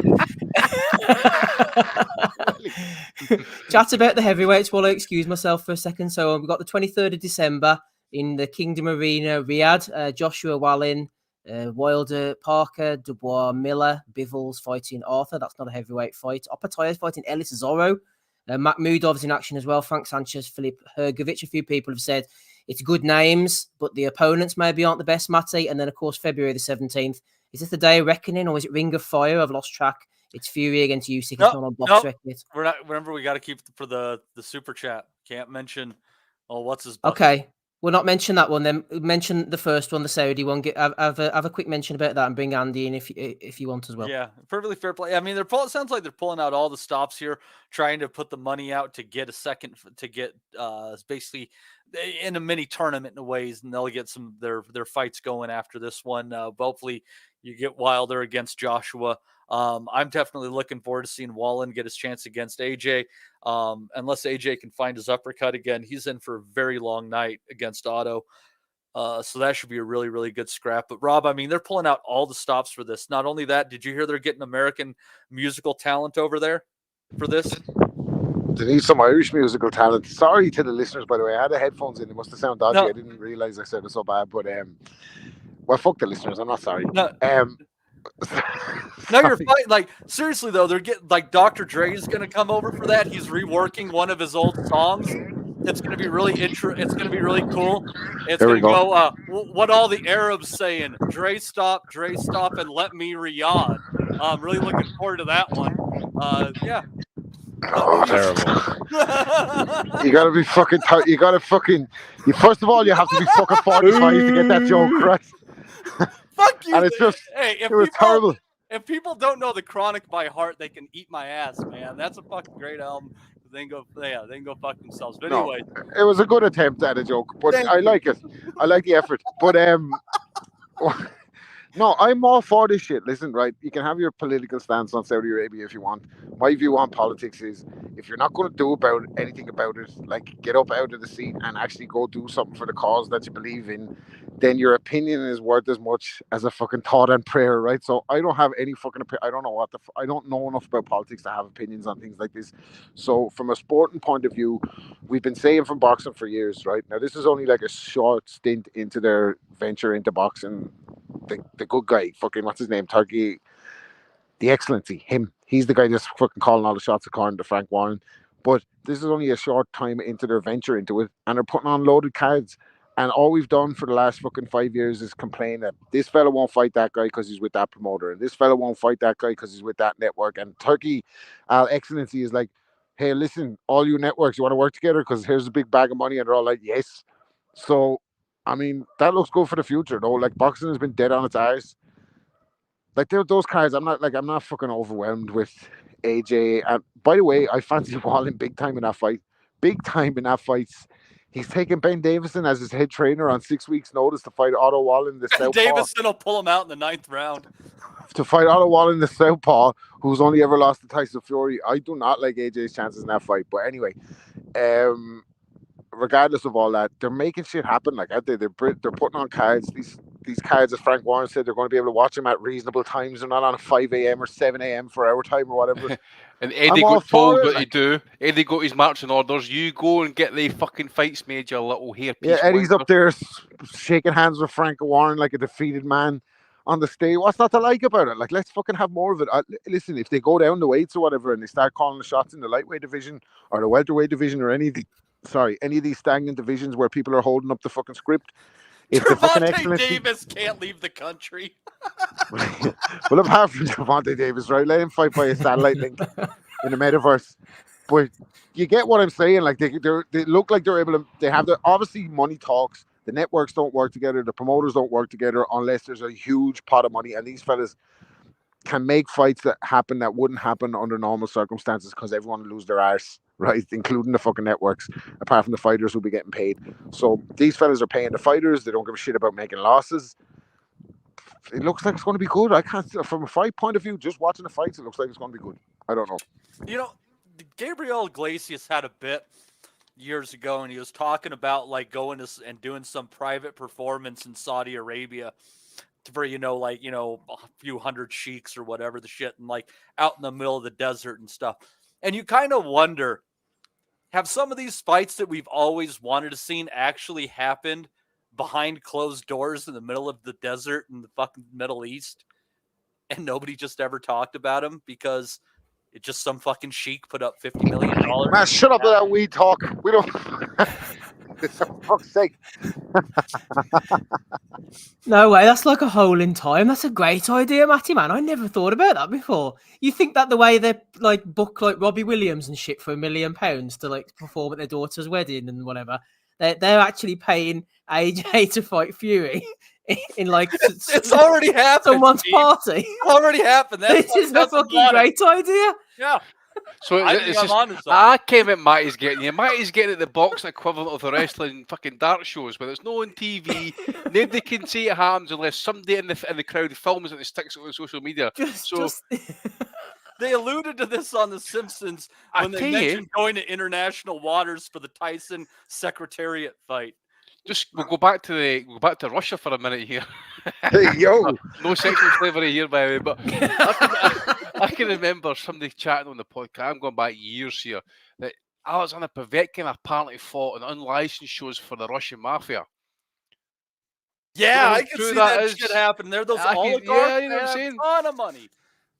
Well, at that time, there was a lot of Russian money kicking around about that time. Yeah, have you read the Panama Papers? And you had a Bohemian Grove 2019. Alex Jones climbing over the fence to watch it. Like he's trying to get in a Bohemian Grove. Oh, that's brilliant. I love it. That's a great idea, man. I never thought about anything like that.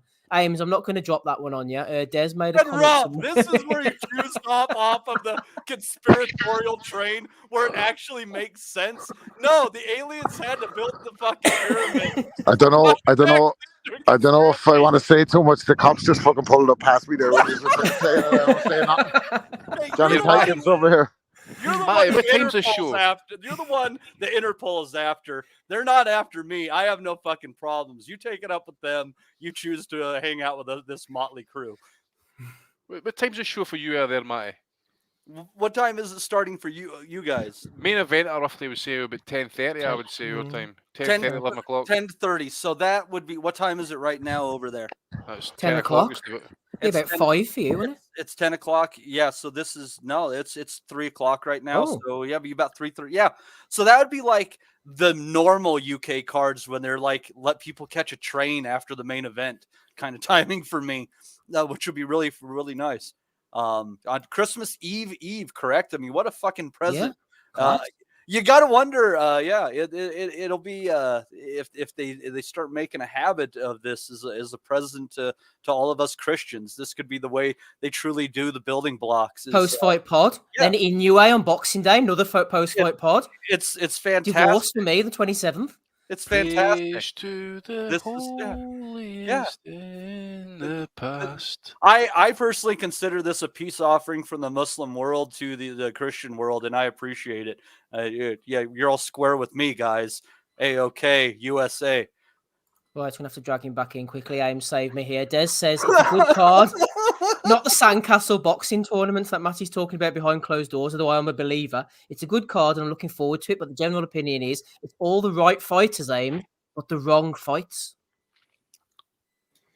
You can. I get that point of view. It is, but I think they're building up to something, or at least getting those fights. I mean, we are getting those fights. We're getting Fury Usyk. Hopefully, touch wood, we'll be getting that fight next year. I believe the whispers are, I don't know with any real certainty, but Joshua has signed like a 3-fight deal over there. So it's 3 fights they're building towards. This is the first one. If you can get through Wallin, then you imagine it be Wilder in the Wilder rematch, or imagine it be Wilder. And then if he wins, the winner of Fury Usyk or whatever it is after the fact. But that's kind of the plan here, to have more of these events going forward. And I've seen some of the criticism of people saying that like there's no real fights of any consequence, but I disagree with that. Like, take for example the Joshua fight. If Joshua loses to Wallin, which a lot of people are saying is a real possibility, then where does he go from here? That rebuild is even further from him getting back to the top there. Joseph Parker versus Wilder. Look, Wilder comes in a heavy favorite, but I don't think Joseph Parker's any real isn't out of a shout of the fight. Dubois versus Miller, a very interesting fight as well too. Take for a side for a moment where Miller stands with him getting back and whether he should be in the ring or not, but questions about Dubois and his heart and Miller's output in the ring. Can Miller do something to break Daniel down, or will Daniel walk Miller onto something in that fight? Bivol versus Arthur isn't really a great matchup, and that's just the same with what's going on with. There's only real one fight at that weight that we want to see that Bivol is in, and it's not happening there. Same sort of thing with Oppenheimer and Zorro too. Do you think the fighters keep doing like chasing like a compare and contrast between Bivol and Beterbiev in some ways? What do you mean?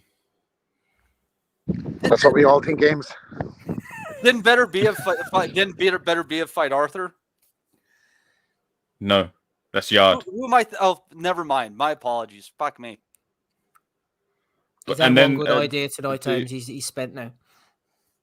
Herb. And then Makhmudov versus Kabial as well. Like, Kabial has been floating around European for years, absolute years. So hopefully that frees up the European heavyweight title with whatever. Apparently, I'm sorry to interrupt you. Kabial is a big businessman or something. He's got plenty of money. A millionaire, apparently. Yeah, that's what I heard too. That's what I heard. He's a millionaire. He doesn't really need boxing or whatever.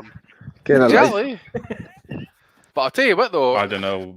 See if he's like. Wasn't that like Shumanov was too, where he fucking just kind of shows up? That's right. Yeah, David Shumanov. Yeah. See, got one. I've not seen Kabayel for long enough. Right? I can remember him being a bit of a mover, a bit of a counter puncher. Is that right? Yeah, that's right. I don't know, man. Makhmudov is like stiff, upright. He's a banger, mind you, but I don't know how he would do with a mover. So it'd be interesting, that one. Demore, man, where did they fucking dick him up for? That's him that fought Hay, isn't it? Mm-hmm. He's had a few wins since though, Ames, apparently. Who against? But this is the thing, like, that will free up the European title for someone else, like a Wardley, maybe, to go up to that level, free up the British title, and so on and so forth down that ladder of command there. So I think there's some good fights in the offing. People talking about the press conference. I just wanted to say the point of, oh, by the way, like, if Kabial is a millionaire, look, these fighters are getting paid fair whack for going over to Saudi and having these fights. I heard a lot of figures being bandied around for this. So I think the lure of the money for Kabial was definitely one, and smart for the other fighters, smart investments indeed. But that moment of seeing Eddie Hearn and Frank Warren is being kind of seen as this great moment here, and But for me, it kind of felt like the signification of an end game as opposed to the start of a beginning of something. And I think that's kind of how I took that moment. I don't know how you guys thought of it, but it just seemed like this is maybe something that's the way Eddie said it the way Eddie said it, mate, was like he just been involved literally like in the last 10 to 14 days, and he was told to get his arse in gear to get whoever it was, Joshua, involved. So it was all kind of put together quite quick, and he just got his orders. So Eddie's, you know what Eddie's doing it for the end of the day, mate. You know, everybody's doing the same thing, I would imagine. But you say the money's there, whatever it is. But do you think you'll get to go out to this one, Ames? Sorry, Andy. Do you think you'll get to go out to this one, Ames? I don't know. Be good, wouldn't it? Up in the air. I'm not really a big fan of flying, so I suppose the next long haul flight I'd like to go on to is probably for Undisputed. If I do end up going, I did Usyk Joshua 2 in Jeddah, which is a really good event. I did really enjoy that, so I enjoyed my time there. But I wouldn't be too disappointed to miss out on this one. Andy, just closing out. You make it over there. We have friends over there now. So you could always you got people to hang out with now. Boxing Asylum accredited for the show. Is that what you're saying? All right, mate. Yeah, we got people all over the country. You want to go to South America and get some blow? We got people there too. We're international. See if we can get a Boxing Asylum accreditation for the fucking Jeddah show. We'll be there at the Riyadh show. We'll be there in a heartbeat, man. Yeah. Ricky Gravel. Rob won't end up locked up. Ricky will get trouble. You'd have to give up the smoke like Snoop. Chase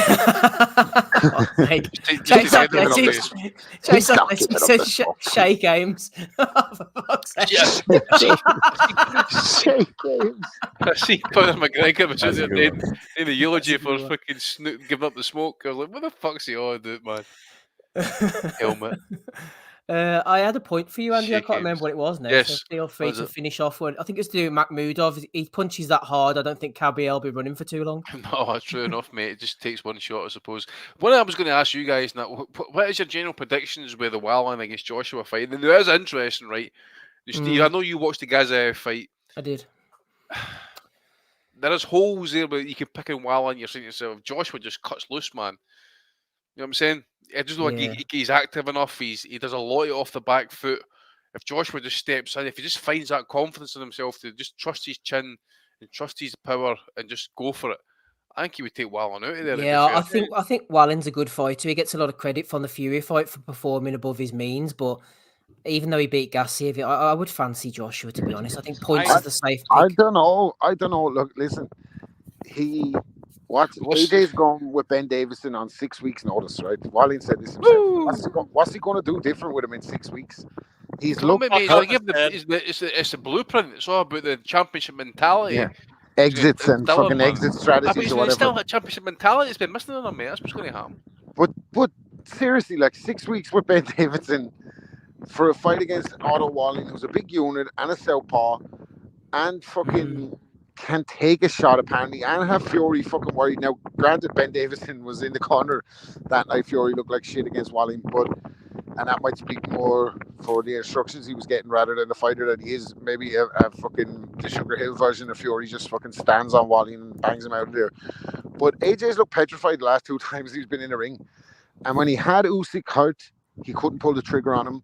It took him fucking 7 or 8 rounds with Helenius, who took the fight on 2 weeks' notice and still hung in there for 7 rounds. I think I've said this since the beginning of time on the pod, like I've been on there fucking 6 years, and I've always said, like, if you get AJ past 6 rounds, you have a chance, like, because he doesn't trust his gas tank. He's not as engaging as he was for whatever reason, and I think Wallin can make him look bad, and when you start to make Joshua look bad and fight on the back foot, he just crumbles, like, so I'm not saying he's going to fucking, blow it and fucking against Wallin, but I don't think he's going to look good against Wallin. If Wallin can get him past 6 with the southpaw and start lying on him, backing him up to the ropes and that, I think it's going to be a long night for Joshua. Like, unless Ben Davison is actually worth something and he goes in and just fucking gets him to let his hands go, as Andy said. But I just don't see it. I don't see, no matter who the fucking coach is, this guy's going off fucking sitting in dark rooms and all. It's kind of tragic what's happening with AJ. Like, I just don't think he's fucking fully engaged in the sport, and I think this is all wrong for him. Like, well, and you got 4 trainers, or you got 4 fights with 3 different trainers. It's But he's with Ben Davison now, mate. Yeah, indeed, the analytical mind that man brings to the game, man. Well, Unrivaled work. Unrivaled. See, I think that if Wallin tries to box like he did with Gassiev, I don't think he gets done right on the cards. And I'm kind of curious if this is 10 or a 12 round fight. It'll be 12. It's got to be 12. Surely hasn't. Boxrec says it's a 12-rounder. It's got to be a 12 Joshua's level. Sorry, Matty. And I would, but if Wallin chooses to get in there and get on AJ's chest, I think he's going to give him a really hard time. And again, I'll go back to something that I swear by. These fights are a lot different, especially if a guy is going to be leaning in on AJ. If he can rediscover his uppercut, if he can rediscover that punch, and Wallin goes in there trying to get on his chest, he could get fucking hurt pretty bad. I really think agree. so. I mean, AJ has when he had that uppercut he landed on Klitschko in the 11th round. Fuck me, man. You're going back fucking 6 years to look for that uppercut, though. But it's a great shot, and he made Klitschko's neck look like a Pulev. He landed it on Pulev quite well, didn't he? I think so. Pulev's 150 years old, honestly. I'm the same as you. I'm no Joshua lover, but I don't know, man. Valin's I think Wallin is a live dog in this. Like, yeah. No, I agree. I agree. I think I'm with Dr. FMG says it's a 50-50 fight, fighting a 6'6" southpaw who has never been knocked down and can fight going backwards. He makes good points. I think it is kind of a 50-50 fight, where I think that there's going to be a lean towards Joshua because how much money is on the line. So I'm calling it probably a 60-40 fight in Joshua's favor. And I think so much depends on the style that Wallin chooses to fight at and if AJ can rediscover his uppercut. I don't think Wallin would get done right on the cards if he tries to box him like he did with Gassiev. And I think that if he is able to bully him on his chest, that's his best way to win. But if AJ finds that uppercut again, he could put Wallin's lights out. These are big dudes. I think, Andy, the fact it's away from home will benefit Joshua because he panics a bit at home, doesn't he? Wasn't Hellenius was at home, and the fights before he feels the tension, the pressure. First Usyk fight was at home. The second one he fought a lot better was away from home. I think that if there's that less of that home distraction and a roaring crowd, I think it'll suit AJ. I don't know, mate. After that second fight against Usyk, mate, that was a mega meltdown ahead. So I don't know. I don't think it matters where it happens. The guy's just off a reservation just now. So yeah, that's true. Matty, just one final fight on that card. Daniel Dubois fighting in against Jerrell Big Baby Miller. Me and you were having a bit of light-hearted sparring back and forward over this in the Boxing Nutters chat. I was irked by the fact that that big fat mess Miller has failed multiple times, and yet there seems to be no consequences for his actions.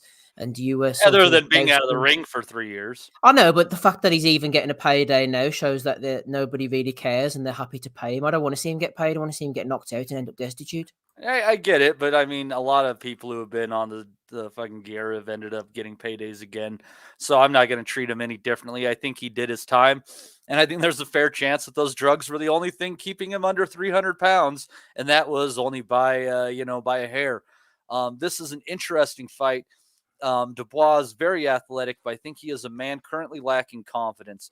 If he can fight athletically, confidently, put his punches together against a Miller who could be 320 plus pounds, I think that he could potentially just kind of wear the guy down and take him out. Do you think Dubois is athletic? I do think he's athletic. Okay, I absolutely do think he's athletic. I think that he gets by far more on his athleticism than his boxing ability.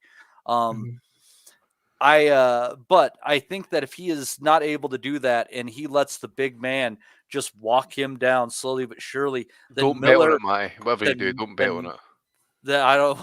We'll see what the numbers are. It's all about value, buddy.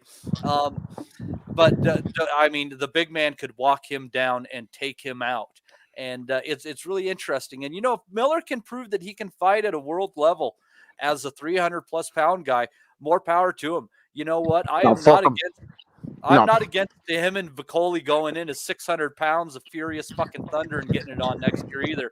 I think that's a great fight.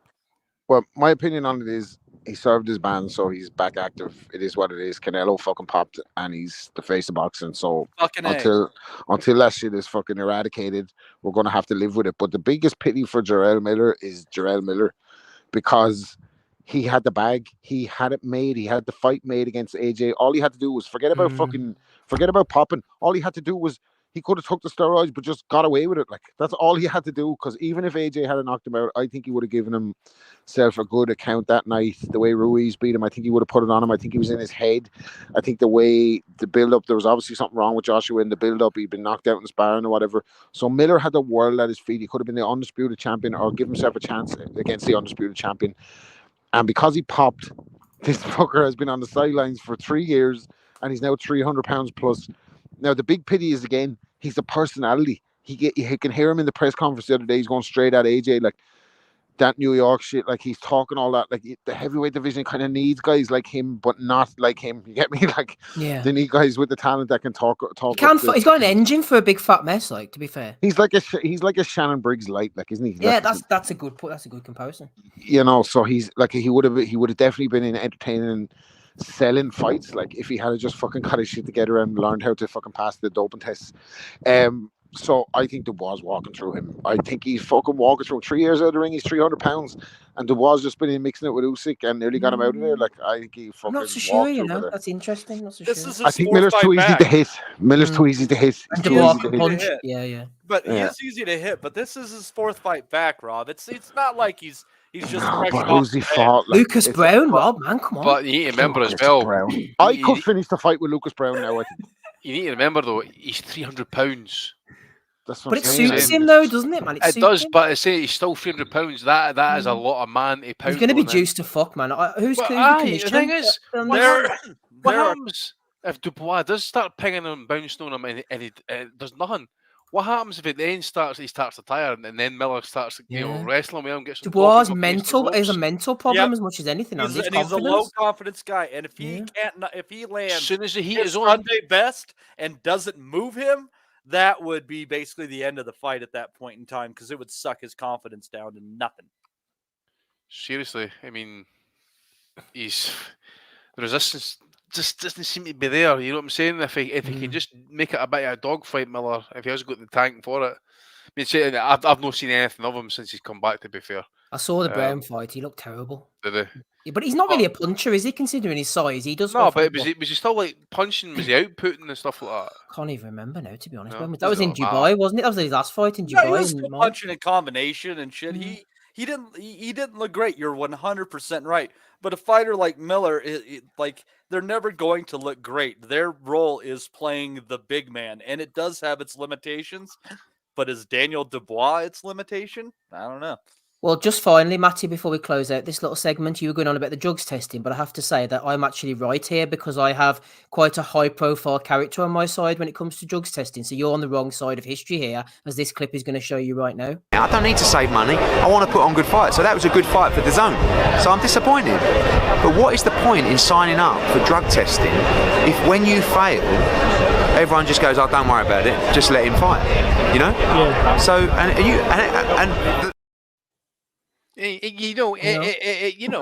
Well, there you go. From the horse's mouth, Batty, what more can you say to that? I have nothing more to say to that as we approach. Starting to think he might be a hypocrite. Just a wee bit, so we smidge. Might have to come back for Bellew of the Week tomorrow, Steve. Yeah, I think so. Right, it's my fault. We'll see if Miller gets over the line with it all and gets into the ring, because like I wouldn't imagine there's any reluctance to have a standby opponent for any of these fights, but specifically that fight too. Chisora is always someone who's wanted to be on these Saudi cards and been calling to be on these cards. I don't know if that would be that specific fight that he might step in for, because on the other side of the equation is Don Charles. I don't know how much he'd want to be involved in the Dubois Chisora fight if that is the case. But Miller's got to get over the line, hasn't he, in these higher stakes, with his past.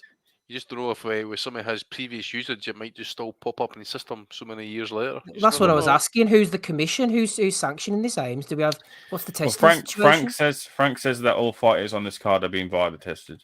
Mate, the end of the day, the ultimate arbitrator is Salman bin, what do you call him? Abdulaziz Al Saad. That is the man who confirms this is going ahead. Anybody else wants to take the piss, we'll see that man doing it at the fucking gulag tomorrow. Mm-hmm. Yep. We'll all be there. Right. I'll be at the gulag if I don't get a move on here. Two big... Hey, the good news, 2 cards, but they're 2 big cards, Steve. Yep. I'm not gonna mention. I'm just gonna mention these. I'm not gonna go into them. Nikita's Hughes fighting next week. Mark Chamberlain's on BT, and Kevin Lorena's fighting as well. We're gonna start off with Katie. Any excuse? The undercard's not really worth a shite, Rob. To be honest with you, it's all about the main event. Repeat or revenge. IBF, IBO, WBA, WBC, WBO against Chantel Cameron. Let's keep it sweet and short and simple.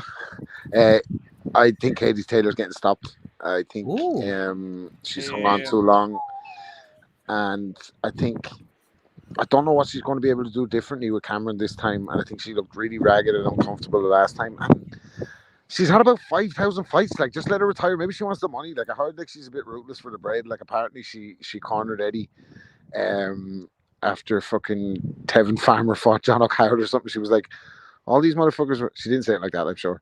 But she was like... how did you say it, Rob? All these motherfuckers in the stadium were here for me. And I'm not getting paid as much as Tevin fucking Farmer.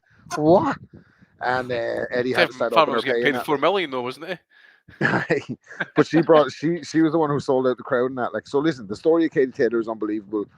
She is the reason, her and other fighters that preceded her, but she's the main reason that boxing happened in the Olympics. She boxed an exhibition behind the scenes for the fucking Olympic Committee, and then they admitted women's boxing. She made a career for herself as a pro. She fucking demanded high pay, but she's done it all, and she needed, in terms of like a perfect boxing career, she could have retired undefeated as a pro with an Olympic gold medal under her belt and not see her go out like this. But I just think Cameron's too young, too strong, too fresh. And in the last fight, she was getting on top of her. And I'm not saying she's going to get stopped, because you very rarely see stoppages in women's boxing, but I think she'll lose again and wider this time. I don't see her. Now, she could pull it out of the fire, and if she makes it close, they're going to give her the decision. Be under no illusions. That's happened a couple of times. But for me, looking at Katie Taylor, I kind of echo the thoughts of Billy Welch, who was involved in her, obviously, her come up as an amateur when he was there with the Ireland team, and now he's head of the USA amateur team from my town. But I heard him talking on a telly one time, and he said he thought that there was interests outside that were keeping Katie in the sport, and that it was time for her to retire. So I don't want to see her go out on a loss, but I think she will, and I think this will be her last fight. And let's just keep it fucking short and sweet. Like, it's shite, isn't it? Like, it's not a good card, like, and we know what's going to happen. So, well, I'll tell you what, Rob. If you're really thinking Chantel Cameron by KO, you can get nearly 10-1 on that right now. And if you just want to kind of cover yourself on the idea of, hey, maybe they bonk heads or something like that, or just the unexpected happening, Taylor wins by stoppage, for the fight not to go the distance, you're getting about 9-2, almost 5-1. Nah, I might be jumping the gun saying that. I probably just said that to the missus because I didn't want to go to the fight. She was want to go to it. I was like, nah, no point going to that. Like, anything to avoid interacting with people. I hear 400 quid for a hotel in Dublin on the night of a Katie Taylor fight. No thanks, man. All right, like, fucking. God damn you, Vladimir Putin. But I think Cameron would beat her by decision. Yeah, I'll tell you, it is an interesting fight. If anyone could pull a miracle out of their pocket, I mean, it would obviously be, someone with the status of Katie Taylor. But the fact that, she's only paying 3-2 as the underdog is pretty amazing. You'd think after the first fight, that'd be a lot wider. It's not. I have a hard time seeing what she could do to make things different. It just seemed like that everything that she can do, Cameron can do faster, but she can do it as the bigger and stronger fighter. I think that Taylor made a mistake in not accepting Cameron's offer of taking this fight down to 135 pounds, because I think there was a chance that would have been tougher for Cameron to make she that shouldn't weight. Have been fighting her. She should have just fucking had her farewell fight, bring Baumgartner over, beat the shit out of Baumgartner before she popped. God bless her. And fucking, she should be fighting fucking Cameron, man. That was a fight she couldn't win from the start. Like, I don't understand it. I never understood that decision. How Hearn and someone as savvy as Brian Peters done. They should have got a tomato can for to knock out. Brian Peters, who above anybody else knows that if you have a fucking house Irish fighter, you can sell him out the fucking 3 arena taking a piss. Look at all the Kazakhstanis Burner done for. 3 European title fights before Kiko knocked him out. Defensive. Exactly. Fucking, and every one of them was full of Dubliners singing Sweet Caroline, man. It was a fucking horror show. Yeah. But yeah, no, No, it was great night. And me. Yeah, and me as well. We didn't even know each other, Wellington. We've been in the fucking same room with each other so many times we didn't even know each other. That's kind of creepy, isn't it? Yeah. Like Holly and Matt Butters. Oh, you weren't here for that bit, I don't think. Holly and Matt Butters, were they on? Who I was going to? I joined the pod earlier and I was going to say, who are these people? Because Andy had an alien and Matt Butters was on it. What am I joining another's call? What the fuck is this? Oh dear. Yeah, Shaymo homecoming fights will be both losses, probably. Ames, you've jumped in there as well. I'm just going to quickly run something by you. I think the fight will be exactly the same as the first fight, actually. I think it'll go pretty much the same way. Very close. Chantel getting the decision. I don't think there'll be a stoppage either way. But as Rob alluded to there's not too much wriggle room before you sort of start seeing the cards go the other way. I seem to remember it being Chantel started off strong. Katie came into it a bit. Chantel finished pretty strong. 95-95. One of the judges had it. The other two only 96-94. That sounds like a close majority decision fight to me. Glad you brought me in because that was the point I was about to make. And those are a lot of us boxing fans had that fight a lot wider to Chantel Cameron, but there's 3 people that only matter in that fight. And they had that as a tight fight. So coming to it from Katie Taylor's perspective, or what people will be telling Katie, is that she just needs to make a few adjustments and she can get the victory on the cards. And that's the thing here. I think that's why they're taking the rematch here, because they thought that they've looked at the judges and said, oh, we can do something with this. And that's what matters at the end of the day. Those 3 sitting at ringside, even though, like I mentioned, we all kind of saw it a lot wider to Chantel Cameron. So I don't know. I kind of imagine that it will go the same sort of way as well. But with those 3, with whoever 3 are ringside, it could be a completely different story, and Katie could get a hand raised. It's not impossible. Andy, what are you thinking? I know this isn't important, but we talked about Nathan Heeney last night coming out to Delilah and the Stoke thing, and I wondered after about round 4 or 5 whether he'd put too much into the ring walk and the buzz would wear off and he'd start to tire. He didn't, as it turned out. Katie was the opposite when she came out against Cameron. She came out to quite a low beat number. She seemed quite... It's an Irish kind of... Yeah, it was like Barn Church or something. I thought it was just... It didn't seem to get things pumped up, really, considering it was the big homecoming. Took her a while to get going, I thought. I know it's not down to the music at the end of the day. They should have got the Rebel tunes on, mate. That's what they should have got on. Yeah, that would have got things moving. Bob Arum in the crowd. Get the old fucking bands going with the fucking drums and that. Get the fucking... You know what I'm saying? Get the fires burning and that as well. Maybe even the pipes and that. They've got a few going. But mate, to be honest, even going into the first fight, I'd picked Cameron to win the first fight. Just believe the styles were just kind of all wrong in that. It always kind of seemed to me that it was a fight was never destined to happen, and then all of a sudden, out the blue, for me at least anyway, the fight's just saying no, it's going to happen now. I think it happened at the wrong time. Taylor's definitely over the hill now. Long career, factor in the amateur career and that type of thing as well. She's done fantastically well. She's obviously a trailblazer. There is no understating as to how big a deal she is to some of the younger kids, and that, especially the young female boxers in that Ireland, North and South.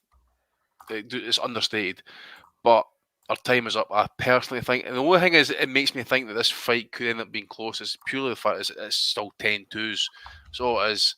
I think if it was 3-12, if it was 12-3s and that, I think we'd probably get something more resembling really what a kind of clear winner is, because you mentioned the scorecards in the last fight and that as well.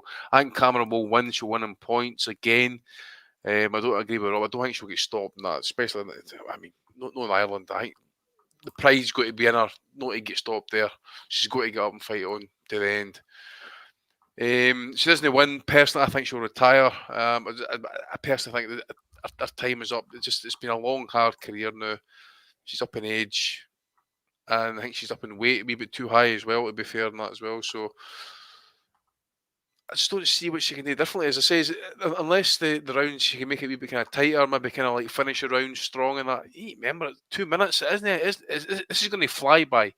And before we know where we are, we're going to end up arguing about scorecards possibly that. But I still think Cameron will win the fight. I think she'll win it in points, probably by 2-3 points or something like that. I think, like most of these high-level women's fights, I think just putting a few bucks on a draw is worthwhile too. It's just one of those things. Again, that first fight shouldn't have been that close. So if you have a fight where it looks like Cameron wins it 6-4, 7-3, it could end up being a draw. I mean, she probably needs 7 rounds very clearly just to walk out of there with her titles intact for sure. Are you doing a Chicks with Dig before or after this, Matty, or the end of season kind of wrap up with Joe Kennedy? I think we will be doing an end of the season in December. So that, looking forward to that one. I got to catch up on the women's fights from this last week too. That's all I missed. So I saving them for our specific audience, which isn't Andy. Rivas against Erica Cruz, wasn't it that the fight? Mm-hmm. Yeah, I wanted to watch that. Did you? Yeah. I put Cruz in with Pacheco by KO in a little parlay and won a couple of bucks. She's put in such a great performance against Serrano. I thought that she would get that W, and it's good she did. Josh is with you. Matty draws a good shout, actually, as it would allow Taylor to carry on. Yeah, maybe go out on the back of a win or something and save a bit of face, a bit of pride, possibly. Right. I tell you what, this is a packed card next weekend over in, where is it? Yeah, it is. My God, how are we going to get through this? Even on the non-pay-per-view portion, there's 2 fights that are pretty hot on there, Steve. Is this a Showtime? This is the last Showtime card, eh? Last Showtime pay-per-view, it's looking like. Aye, we got on here. Kamel Moton, he's the Floyd fighter, isn't he? Daniel Blancas, he spars with Benavides. He's handy, good puncher. You got Yakubov against Vicente. That's a good fight. Lipinets against Rivera. Rivera was on the juice after he lost to Frank Martin. Lipinets, for me, he's took a few heavy shots. He's back way quicker than Jerrell Miller. You should be offended. Yeah, exactly. I am. Well, he's only popped once. Charlo Benavides, they were beefing with each other, apparently getting personal at the Zoom press conference. And I think that, you know what? That wouldn't be like either of the two of them. It's at 163 pounds, which is going to be a pretty big weight for Benavides.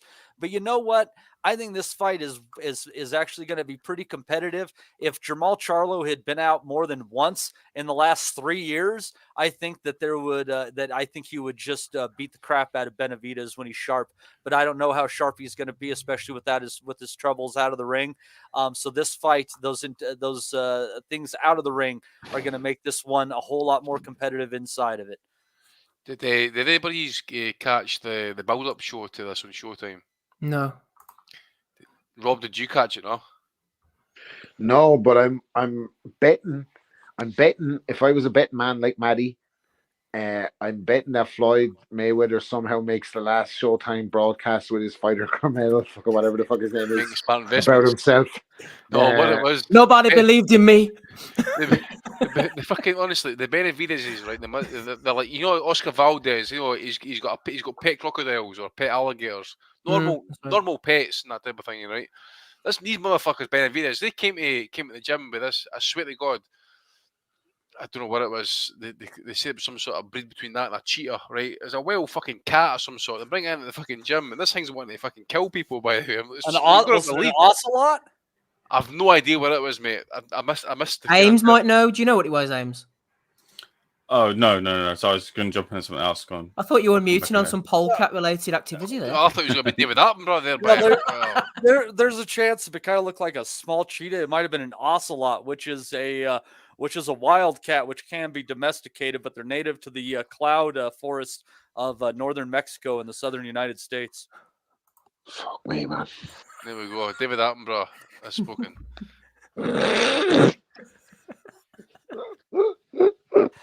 I like this show to be educational and informative as well. It's an ocelot, is it? Listen, I can't listen. If you're gonna fucking walk around, you gotta go fucking.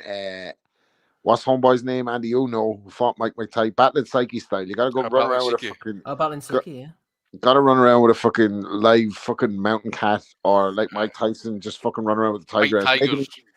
It's making me think of Tyson with the tiger, like whatever you say about him, like the content is oversaturated. And as anyone who lived through the era, you have enough of Mike Tyson now, like with the fucking one-man stage show and the documentary and the movie and the podcast and the rejuvenation. And again, we've had it all, but like badass Mike Tyson and off the rails Mike Tyson is like a character you can't fathom these days. Imagine having that much money, being the youngest heavyweight champion. He's banging Robin Givens. He's a global superstar, and he's just walking around his back garden with a fucking tiger. He told a story around the time he was going out with Robin Givens that said that he went to the zoo with her, right? And he asked the zookeeper, would he open up the enclosure with the gorilla to see could he knock him out? I just wanted to see if I could just punch him right in the nose, the gorilla, just knock him right out, knock his snot box off. That's what he said about the fucking gorilla. What a maniac, man. Unbelievable. Can you imagine that thing coming at him, by the way? Holy fuck. Probably coming up on Thriller in about 6 months, so fucking, bide your time. You ever seen the He just marinated for 40 years. Matty, take over here, Matty. Tell us how quick these things cover distance. Fucking hell. The Faster footwork. than Inoue. I have no clue about that Faster one. than John Ryder, anyway. Didn't he say the tigers kept shitting everywhere and he had to get rid of them in the end? They kept shitting. I think he said that. See, there's levels, right? You know that Bill Burr routine about the man who fucking went to live with the Bears and then the Bears ate him. That was me in the fucking office on the Monday morning when I heard that when I watched that documentary. I was like, the wife was like, we need to find out what happened to the Bears. No, asshole, your husband is out fucking sleep with fucking grizzlies, you stupid cow. What the fuck happened to the Bears? They were just eating them. Fuck's sake. Fucking Bill Burr trying to take his dog to the fucking to the behavioural doctor by his fucking quality stuff. Like, you need to listen to that shit. Anyway, Andy, back to Dangerous Creatures. Yes. Subriel Matias Yes. against Showa John Ergashev. I think that's going to be an absolute war, man. Yeah, it could be. Our man Yurkishev, that's the one that's got the suspect for the drugs, was it not? I'm not sure if it was, to be honest. That was the one that fought in South Africa, wasn't it? No, that was Rakimov. Rakimov. Yeah. Oh, Rakimov, sorry, aye. Sorry, I've got that one mixed up then. Matias, mate, he was looking for... Well, I see Pons fought last week or 2 weeks ago, actually, just on the Matias comment there. I think he won by second round stoppage. Who did Pons de Leon? Oh, I'm not surprised. No, Daniel Pons. No, Jeremiah. I thought it was like Pons de Leon. I was like, fuck me, man, he's hanging in there, isn't he? Jeremiah Pons. Aye, so it was the first defence, his IBF title. Ergovic, I was checking his record here actually. When did he last see him fight? My hand's kind of ringing out here actually. See, this is his first 12 rounder as well, actually, as a pro. Oh, is it? Aye, so interesting comments. He just comes forward, just hands out a bit like Akhmed Aliev, just, down at Super Bantam. Aye, just kind of lets his hands go throwing bombs and that. He has got. He's a character too, he likes a bit of shithousing, like showboating and stuff too. Right, high knockout percentage as well, which is going to be good. So it's this will be a good fight, I think it will be, as long as it lasts. Matias has got 19 knockouts as well. Mm-hmm. Oh, Matias is an absolute beast. If your man died after fighting him, like he's an absolute monster. Like. Yeah, I still kept it going. That's the main thing. Yeah, because he knows a badass. Like, I don't know about Ponce de Leon hanging on, but apparently, like they've got Robert Guerrero and Andre Berto in a rematch on this card. Is that right? Fuck off. What? James, get off the call. Away you go. Away no, I don't think it is, Ames. I think they took it off, didn't they? Someone said. Did they? I could be wrong. I I think so. that. Yeah. He's right though. Good. It was supposed to be. Was it? Oh my god. Yeah. Imagine seeing his stupid ass dad back, Robert Guerrero's dad. Remember, he's going to be Floyd, man. I'm telling you. Man, we need the Victor. We need the Victor Ortiz Maidana rematch. That's what we're needing, by the way, just to kind of shake it all off here.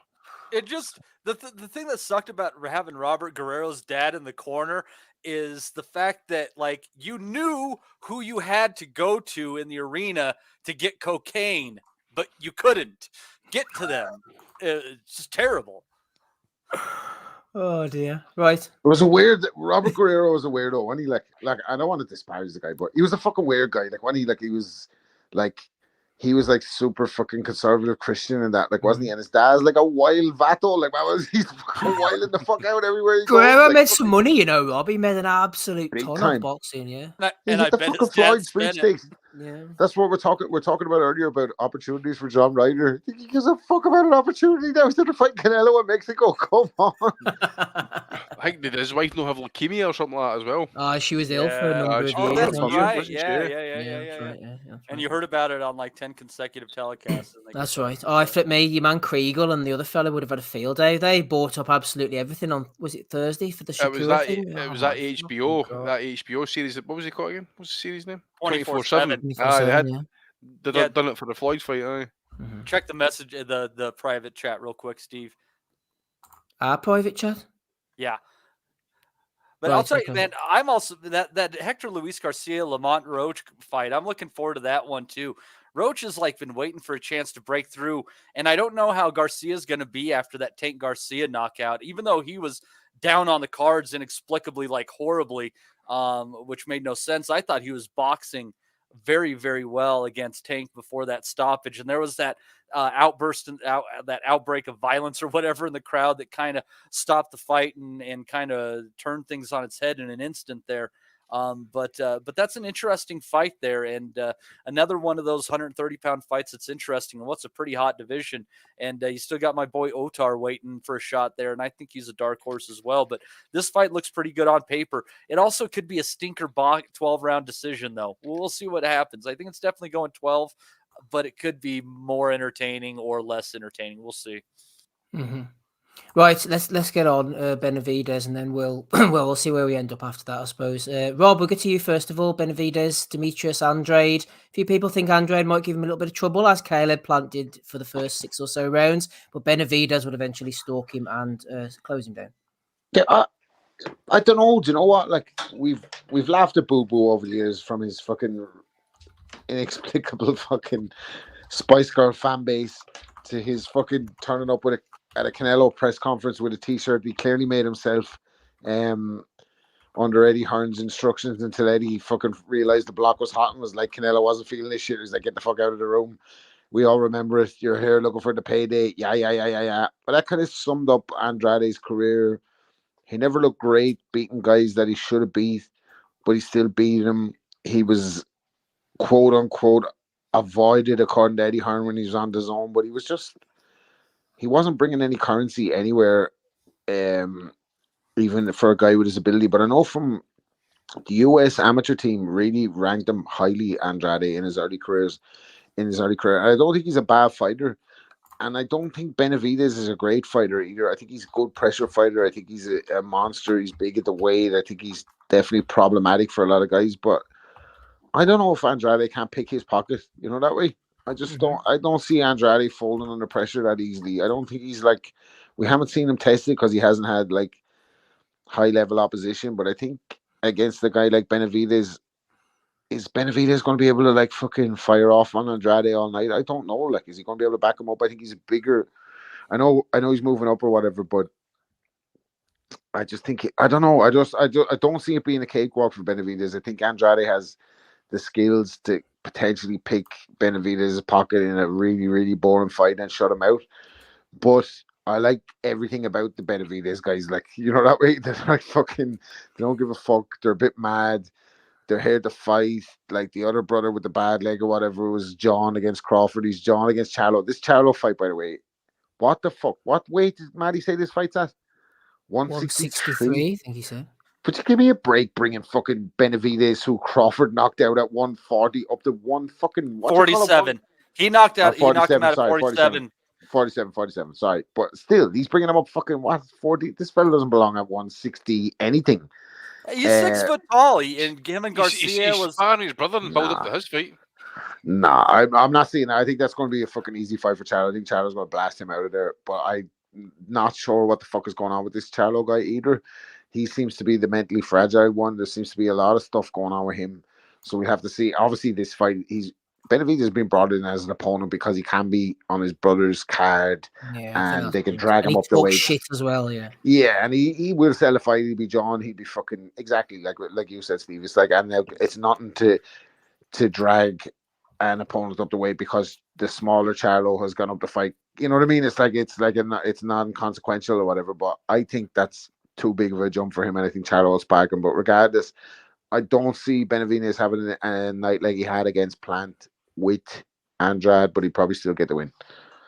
Sorry, I went around the houses. No, you're fine. Ames Chase Athletic says Benavidez needs to set his feet. Side-to-side movement will be hard to deal with. We've seen it again in the Pant fight, the Ronald Ellis as well at times, even Kyrone Davis. People who've given him a bit of movement have troubled him. Andrade is awkward, so this might not go the way everyone thinks. MB says that as well. I agree with that too, Ames. I think the problem for Andrade is in the later rounds, after about round 8, he's done his moving, he's been slick, he's got out the way, he's landed shots, but then is that gas tank there? Has the quality of opposition been there over the last few years? Whenever he's not in against guys like Liam Williams and Selecki and that, he realises he's in against a young, fresh beast who's going to keep on rolling him down. I think, Ames, that's when the problems start for Andrade.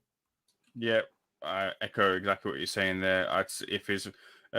movement stops at around 8. Well, his power shrinks after round 4 as well too. And if he's not stopping you after the first, second, third, or fourth, then you go in the 12 as well, and that's just going to give Benavides the opportunity to close any gaps that there are and get him out of there. I don't really have any other opinion other than the consensus that Benavides walks Andrade down. This is one of those fights where, look, if Andrade does end up beating Benavides, then like that's finally the feather in his cap in a resume that's really been lacking, and he can finally call on those big fights. He's got it. He's done it there, but I don't see him doing it. Andy, Matt Butters said, yeah, PBC wants Benavides more than Andrade, I think. Well, Andrade's only just linked up with him with DAZN. It's like the story of a lot of these fighters, isn't it? They get the fights with Eddie and then they disappear off for the big ones. They brought Andrade over to lose, possibly. Maybe that's what Matt Butters is inferring. I hate to be this guy, but you have to say there is a pattern with Al Heyman getting black fighters who have not gotten a really good payday a lot of the time. Like he does help his people out. Like, I'm not saying that in an insulting fashion. Like, Heyman really does seem to go to bat for black fighters in a different way. I don't know. Well, we are the UK wing of the LDBC. Go ahead, Andy. Yeah, I was just going to say as well. I mean, he's done well by like the Mexicans that he's had in his stable and that as well. Leo did name his kid after Al. Exactly. And I says to Stephen that as well. I mean, obviously he's getting the big money paydays, but you just don't know what kind of advice he's getting in the background. They've all got big, massive hussies, nice living and that type of thing. So maybe Al does more for him in the background. But in terms of the fight itself, I think we could be in for a bit of a stinker. Actually, I think Andrade's going to employ a lot of movement, do a lot on the back foot. Benavides will probably need to work for this. Actually, you just don't know as well. And for as much as we shout on Andrade for his opposition and the fact that they couldn't get him big fights or meaningful fights, you just wonder, is this the time now? He's been sort of kind of like in the periphery, the kind of like said the bigger fights, the meaningful fights. He's apparently not been hard to deal with, according to Benavides, to make this fight happen. They made him an offer. He came back with a couple of wee things. Fight was made, and then you just wonder, is Benavides going to hit the wall in terms of weight? Obviously, we're kind of waiting for that as well, but I think Benavides will win. I think he wins on points. I think Andrade will have moments where he sticks and moves. He'll jab the body. I think where it will be more meaningful for Benavides is I think when he does get into distance, he will rip the body. He will he's a bigger dude actually, in my opinion. So I think he'll land more heavier shots. I think down the stretch he'll start to kind of come more into it and maybe kind of start pulling away in the fight. So something like a 116, 112 to Benavides, in my opinion. Obviously, we're coming up to fight week. We just need to wait and see how he does look like on the scales and that as well. But I think Andrade's good enough, skilled enough as well to make this a difficult fight and to find his way around about that ring for 12 rounds to frustrate Benavides to the point where he's not so much desperate, but his performance looks a bit off, and we're all kind of questioning, is it the weight, is it this, is it that? Just the fact that Andrade just made it look awful for him, basically. So, but I still think Benavides would win. So we'll wait and see. I think if he loses and it's pretty conclusive, Matty, he'll probably ride off into the sunset, Andrade. I've always felt that his heart's maybe not completely in it, but he is a talented guy, good amateur as well. I know that his dad was talking to, what do you call that freaking Sheffield trainer? Dominic Ingle. And he's saying that the son likes the juice, like he loves getting on the piss. So maybe he's going to go off and drink the champagne rather than box if he loses a conclusive decision to Benavides. Well, and he's a 35-year-old man, so isn't that an interesting piece of information? Mm-hmm. There's a few questions that I have regarding this fight. Some, that you got for the the powers that be to answer, and some for you guys to answer for me. Question number one is, I want to know how big the ring size is for this fight. Oh. If this is a 20-foot or less ring, I definitely think Benavides stops him. You give Andrade something bigger than that, and it could be more interesting. What I would ask you guys is, can you name a legitimate puncher on Andrade's resume? Oh, I don't think I can name too many people full stop on Andrade's resume. You must say, I need to go and pull it up. Actually, Mon Nicholson, and he dropped him. He can bang. Yeah, he's not a world class. No, I agree with you. Liam Williams was going on a bit of a knockout spree at the time, was he not? Williams has a bit of pop. Again, I don't know that I'd consider him a world class fighter. So. Matarosian, Vanis Matarosian was a bit of a knockout puncher. Don't know. Yeah, but he dropped Andrade in their fight. Yeah. First round. I think, like you said, Matty, if Andrade can stretch the ring out, then he can get out of Benavidez' way. It could be interesting. Atlantis Fox dropped him in the 7th round. Yeah, and Atlantis Fox, yeah. 7 years in the build-up. This fight. So, but you got this guy who's never faced a legitimate puncher on 35-year-old legs, and if he does have a problem with a drink, it's going to be hell. It's going to be a really, really rough fight with him. I'll tell you, I got for joining. There's no problems with the drink. I think Andrade was like the party lifestyle at one point. It was what was being said. Mm-hmm. Well, Benavides likes a bit of party as well. Yeah, he does. What's to do with Melby as a fan? She's a bit of a party by reputation. Dragging that ass down to 68, baby. But Benavidez isn't 35 years old either. You know. Boo boo. But Matt, he's only so often you can. I don't care. Benavides is late 20s now. Motherfuckers, quarter to 11. We get on the fuck Demetrius Andrade. Quarter to 11 on a Sunday. But hold on. It could come back to bite him. But I think at the end of the day, what you're looking at here is that Demetrius Andrade is going to do a lot of what Caleb Plant did, and he's going to build up a big lead early. And I don't know if the lead he builds up is going to be too big for Benavidez to be able to get on the scorecards if it gets there, and he's going to need a knockout or not.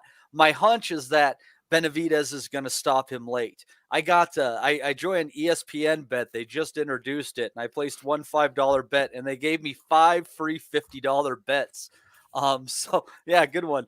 So what? But so I did a little hedge bet, and I get better than even money on both Andrade to win at about 5-2, and then about 3-2 on Benavidez by stoppage.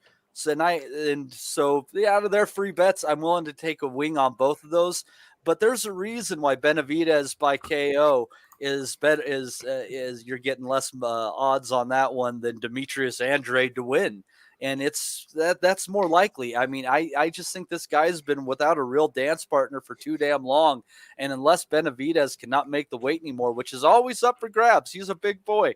I think that this fight is going to be really rough for Benavidez early. He's going to get outboxed. He's going to take some clean shots. Maybe we even see him touch the canvas. Ugly fight, I think, Matty. But he's going to come back vicious. And the fact that he can throw those short shots inside, those short hooks, short uppercuts, it's going to be dangerous for Andrade, who likes to lean in a little bit from time to time. I think that there's a lot of trouble waiting for Andrade when he starts slowing down in the later rounds. So I'm looking at Benavidez late. And I'll also be looking at the live odds for this fight too, because if you end up seeing Andrade build up a lead, you might be able to catch Benavidez at 3, 4, 5-1 at some point in the fight too. And I think that's really good value knowing what he does late in fights. Ames, final word to you before Belly of the Week. I was just going to ask Matt if he could talk us through his parlay for the week and explain it as detailed and as slowly as possible for Rob's benefit. I don't know that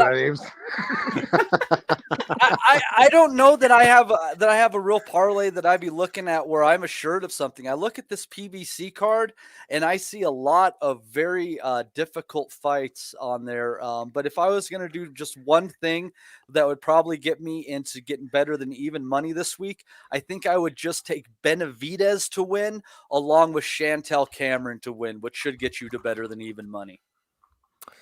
There we are. That's Matty's bet for the week. Right, let's get on to Belly of the Week before we have to end this show. Rob Kelly's here, Ames is here, Andy's here, Matty's here as well, and me, Steve. Let's get rid of Joe Kennedy. No disrespect, Joe understands. Chicks, we dig partner. First of all, then we did have a few questions and comments. I'm not going to do them tonight. We're going to leave them till a quieter week. Mike Tyson, Evander Holyfield both got brought into the ring in Uzbek. The guy was chatted on. They hadn't got a clue what was happening. Mike seemed to be enjoying himself. Got a WBC belt. Why not? They've handed them out to everybody else. Put some kind of flag or some kind of robe over him as well. And the transatlantic flight belt. Oh my god, they're enjoying themselves. That's Look the at main him, thing. look at the back of him. That fucking helmet. Look at him. Oh, he was loving life. He was handing out things all Fucking hell. left, right, and Look at his centre. pocket. See his suit pocket there. That right pocket looks bulging. That's bulging me. I wonder what's in that. I didn't want to cast aspersions, of course, mate. Cash but, is you know, king. Wow, yeah, you know. Cash the society, Andy. Not on my watch. Bitcoin. Ric Flair wondering where his coat's gone. Woo! ESPN Mate mentioned this earlier. Steven Torres wasn't having much joy against Jackson Murray, so he tried to plant one on him. Yeah, it was a very homoerotic start to the top rank card, and thankfully it got less homoerotic as the night went on. It did indeed. And no homoeroticism here, Rob. I went and I watched it 6 rounds. Oh shit, you did? I watched it on 3 speed like Andy. Tony was letting the hands go. Ruddock looked terrible. No, did it really happen? Yeah. Yeah, it Fuck's did. sake. I watched it on YouTube. You watched it? When did you watch it, mate? Did you It was on download that YouTube. shit? Watched it during the week. Oh, did you? Yeah. It was bad, Rob. As Ozzy be having a fucking nut if he was here, wouldn't he? Like, look at the tits on the two of them. Like, Oh, fuck she's me. retired for boxing, mate. That should be the benchmark. You allow back in the ring. Shows your boobs there. No, sorry, man. John Fisher style. Bosh out of here. That's bad. Like, innit? Look at. I mean, And who won? James Tony won. No. Draw. It was draw. Of course, it was a draw. What was I Rematch. thinking? Rematch, man. Rematch. We all wanted this. Look at if the boys can go over to Jamaica for a holiday, have a move about and all that. Nobody's getting hurt. Who am I to fucking interfere? Beanie Man is playing. You know what I mean? Winner fights Tony Tubbs. Winner fights Mitch Green. Hey, I wouldn't mind watching that. He's a Christian now, Mitch, though, isn't he? He's Is he? reformed. Yeah, he's a pastor. A lot of pimps end up being pastors. You know that. That's a thin line. We wish him well. We wish him well. Shout out Jim Jones. Matty, talking of the heavyweights of today, Jared Anderson arrested. He arrived somewhere, arrested for driving under the influence, improper something or other. I'm not quite sure what the impropriety was. Handgun. Proper handling of a firearm. And No one knew about this. And the cops said he detected the smell of marijuana and he had just smoked a blunt. So, in this day and age when we can basically smoke incognito with these cartridge devices when we're out driving around, number one, he doesn't do that. He just decides, I'm just going to fucking smark up a doobie. And then he's going to do that while in possession of a handgun as well. And he's also been drinking. It's fair to say he's not one of the sharpest tools in the shed there. Definitely a dumb move on Anderson's part. And it's a shame because he was definitely on an upward trajectory and just another one of these Ohio fighters that just can't seem to keep their shit together. Mm-hmm. Yeah. Speaking of which, in that sort of ballpark, AB was tweeting out or messaging to Golden Boy. He says, I never knew about the offer with the fight with King Roy. I'm just now finding out about that as we speak. But I'm here to let you know I don't need a tune-up for shit. After Ryan take care of business in December, we can make it happen ASAP. I'm the same person who fought Manny Pacquiao. Why the fuck would I be afraid of saving Private Ryan? Send the contract, Andy. Says the one who pulled out a fucking fight against a fucking doorman literally 2 months ago. And he's going to come back and fight Ryan Garcia, who, not to the purposes, by the way, you know, I know he got iced in his last fight, has been active compared to fucking your man here, AB. Fought an accountant, didn't he, AB, recently? Was it Bill or something? Yeah, it was Bill? 10 rounds he went with a fucker two as well. Fuck's sake. Jesus, man. Love a bit of AB. There's AJ. AB to AJ. Louis had me on the ropes. An intelligent, well-rounded human. There aren't many left like him. Really enjoyed sitting down and catching up with Louis Theroux. Catch the episode on BBC Two tonight at 9 p.m. AJ and Louis Theroux there. Getting the documentary scene. I can't say I've watched that one myself, to be honest with you. Did not watch it, mate. I didn't watch a lot of telly these days. No, me neither. 31, bit of artistic license for Bradley Davis, weighed in at 31 years of age. Fuck. My arse. 31. That's a fucking hard mouth run, that one, eh? Fucking hell. Must have been born on a leap year. No, mate. I think he was born near fucking Chernobyl somewhere. Maybe even Dunray power plant or something like that. I don't know. Fucking hell. Oh, dear. Good old Brad. Carl Froch is trolling Tony Bellew. Tony Bellew daring to be great, and he left it all in the ring. Can't ask for more than that. No, you can't. Not against that man anyway. He's a wind up, isn't he? No, fucking him and Bellew are good pals, like. Bellew did well in that fight, man. No, like up until that point, up until like 2 rounds before that, he was actually doing okay. But Usyk was only taking a look at him, and he was putting him where he wanted to end up. I only just watched that knockout. Judges the other day. disagree with you, but judges had Bellew having a shutout. By the way, I was outraged by these scorecards, man. Bellew was all man and Usyk up until that point. Bellew was doing. Oh, Bellew's not listening, obviously, because he's in the jungle just now. But he's he was doing everything possible just to remain competitive in that fight, and then he just ran out of gas, and then he walked onto that fucking shot. Well, Usyk found that shot, didn't he?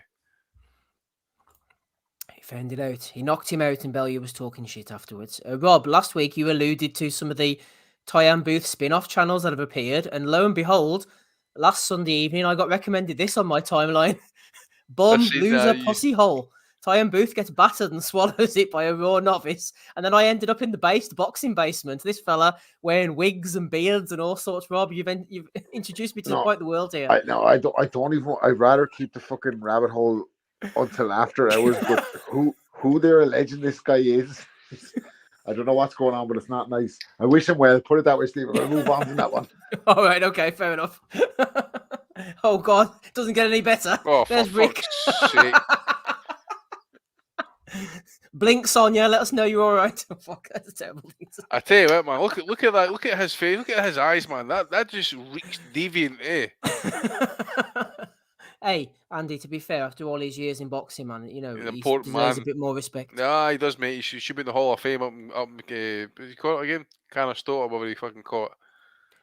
Yeah. Also, what have we got on here on the list now? Conor Benn back in the WBC boxing top 5, where I belong, number 1 very soon. Hashtag the Destroyer. There's Conor Benn. Give him another chance, Matty, like Jerrell. Not in the top 5. Oh well, he's a puncher. He's back with a license, and he's loving life. He's going to fight Chris Eubank. He's a puncher. He is. Next one. Day of Reckoning, press conference, Anthony Joshua, Bivol, Opataya, Hearn, Deontay Wilder. Why is Hearn on there, by the way? Why the fuck is he on there? Well, hopefully Deontay Wilder is fighting Eddie Hearn. That's the dream match. Oh man, Eddie gets himself on the poster. He loves all the banter. Frank Bruno, MBE, my foundation has been donated thousands of bottles of sanitizer to sell for charity. It is in a warehouse in Northampton. Most of it is labelled. We need to clear this, ideally in one go, says Frank. To be clear, we want to get rid of it in one hit. You will need a 7-ton lorry. What? 7 fucking tons? What the fuck? Is that one of you? So you need one of the Pickford man with wings or something like that? Funny, right? I was driving back from Dublin today because I was bringing the little one up to go shopping for her birthday. So I brought her like whatever up to Dublin, and I'm coming back and we're stopping in a carriage on the way back, and there's like 3 women, right? 2 sisters, you'd say, and a ma, right? And there's like a young fella working back behind the counter, and he's like 16. He don't give a fuck. He has like one of them side fucking mullets and all. He don't give a fuck what's going on in the shop, right? And one of the birds comes out of the bathroom, and she's like, sorry, is there any hand sanitizer? And he just looks at her, he's like, nah. And he's like to me, how'd you get any petrol or whatever? Like, so she's like, well, it says on that sign there should be hand sanitizer in here at all times. She must have said hand sanitizer 140 times before she went out of it passive aggressively. I'm like, fuck it, he don't give a fuck. He's getting €9 an hour. He couldn't give a shit if there's hand sanitizer in the Jackson. Not get over it. Wipe it on your arse pocket. Get the fuck out of here. Stop fucking saying hand sanitizer. Little did I know Frank Bruno could have solved all this.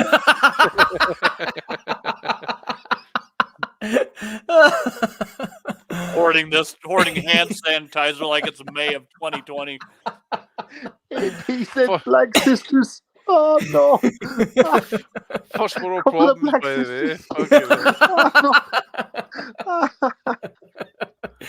He's a bad man anyway, fuck's sake. Oh dear. Hamed was nominating MD Endy. Shakur Masterclass, pound for pound someday. You can't hit what you can see or feel. Okay then, that's fair enough. Oh, here's your mate, Andy.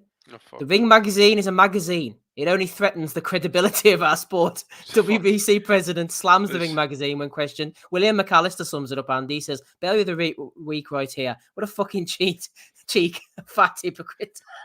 This motherfucker. I mean, I can mention one name right now, and that's the whole debate ended.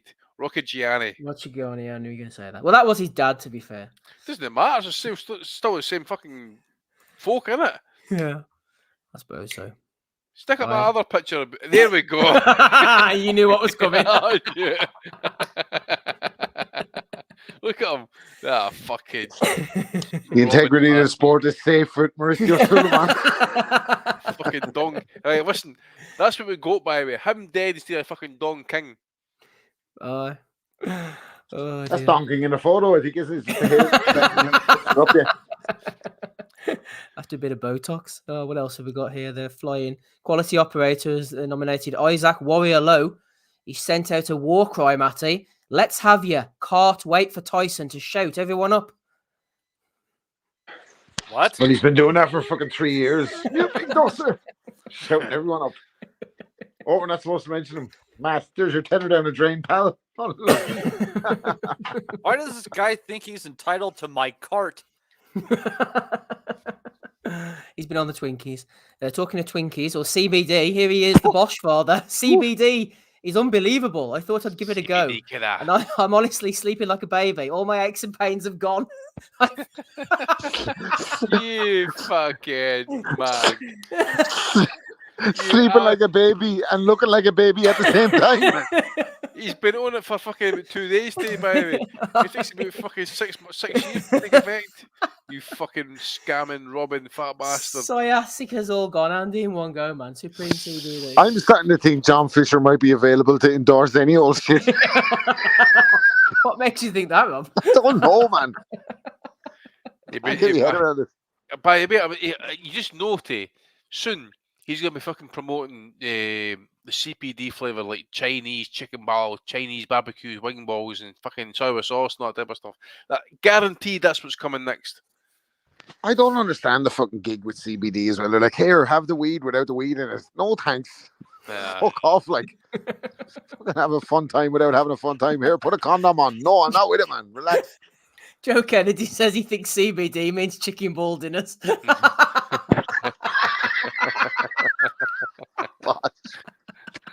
Fucking bosh. Eats 5 tubs of CBD gummies for day. Probably snorts them, man. Oh, man. Look at man, Harry Bowes, man. He's frozen at the fucking traffic lights. Oh,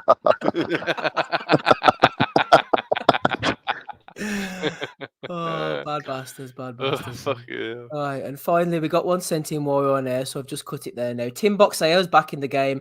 Gabba Ahmed, this is in Egypt, the same nation that bought us the carpet stuck down all those years ago.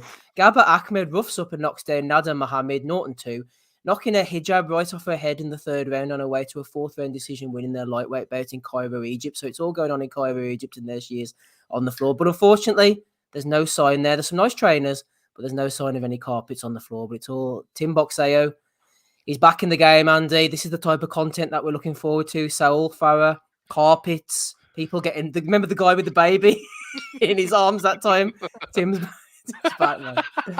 Oh, mate, yeah. I'll never forget that moment, that guy with the bear sleeping in his hand. I swear to God, I've got visions of this happening in some sort of redneck town in Texas somewhere. It was like Kentucky or somewhere. Some fucking... place where you got the fucking drink, you got the graveyard and drink a bottle of Blue Nun and get pissed. She's 0-2. She's 0-2 her in the photo. She looks like she's like, oh, this is after happening again, isn't it? Right. She knows. She knows. Oh, that fucking kid, man! I swear to God, that was one of the best things ever. She's like, oops, there we are again. Shit, I should probably stop this fighting. 0-3. I can remember other ones actually. The fucking deck chairs getting used as umbrellas during the fucking pissing rain in Ghana. That's right. Was that? Oh, that's right. It's in Ghana or Tanzania or something, wasn't it? Cunts up fucking floodlights and camper vans trying to watch fucking fights in Accra and the prison canteen. Oh, it's chaos. I remember Fedor Chudinov actually fighting in Russia. Godini's record somewhere. It's some beach or whatever it is. He actually arrived to the ring in a fucking tank With some a motorcycle gang called is it the Night Hopefully Wolves not Tank Davis. An actual fucking tank, I swear to God. Open air bike show. That's the one. Volgograd. That's the one. Volgograd. That's the one. I swear, then he came me fucking to the ring in a fucking tank, man. I swear to God. Oh, here, Andy. He fought a guy from Tanzania that night, Karama Nyanalawila. His nickname, his alias is After the Bell. Here's one for the listeners, by the way. What's the greatest ring entrance? No Donny reference intended. What's the greatest ring entrance of all time? Pound for pound. What's the greatest ring entrance of all time? Jorge Arce on the horse, man. That was a cracker. Yeah, you're not top of the horse, are you? Bring a horse, you're fucking winning, man. Man. Is he Ahmed? Magic carpet. Oh, was he Ahmed? Yeah. He got fucking evaporated. Good drop like water, man. That was fucking. What was his name? Ashley. Got a video of Prince Nazim highlights for Christmas, didn't he? That was a cracker, man. He was walking to the ring and dancing more than the fight lasted, I think, wasn't it? He took a fortnight to get to the ring. It lasted 40 seconds, didn't it? Fucking bop Oh dear. Right, okay. That's all the ones I've got. Any ones from you, Matty? I tagged one in there in the group with you, and you might have missed it. Of Floyd Diaz in his shoes with the tails on them. I didn't see that. If you looked at his shoes, they had tails on the back of them, and that was to accompany his whole tiger motif that he had going on. So I got to give a shout to Floyd Diaz and his sneaker tails. Okay, Floyd Diaz. Any from you, Andy? Not much for me again this week, mate. Probably Usyk just trying to troll Tyson Fury a wee bit and that, but I take it we're not going to be talking about that, so we'll just leave it. But not have much else, mate. No problem. Ames, any bailiwicks from you, please? No, I'm empty-handed this week. Oh, empty-handed. Nothing from Oz. Anything from you, Rob?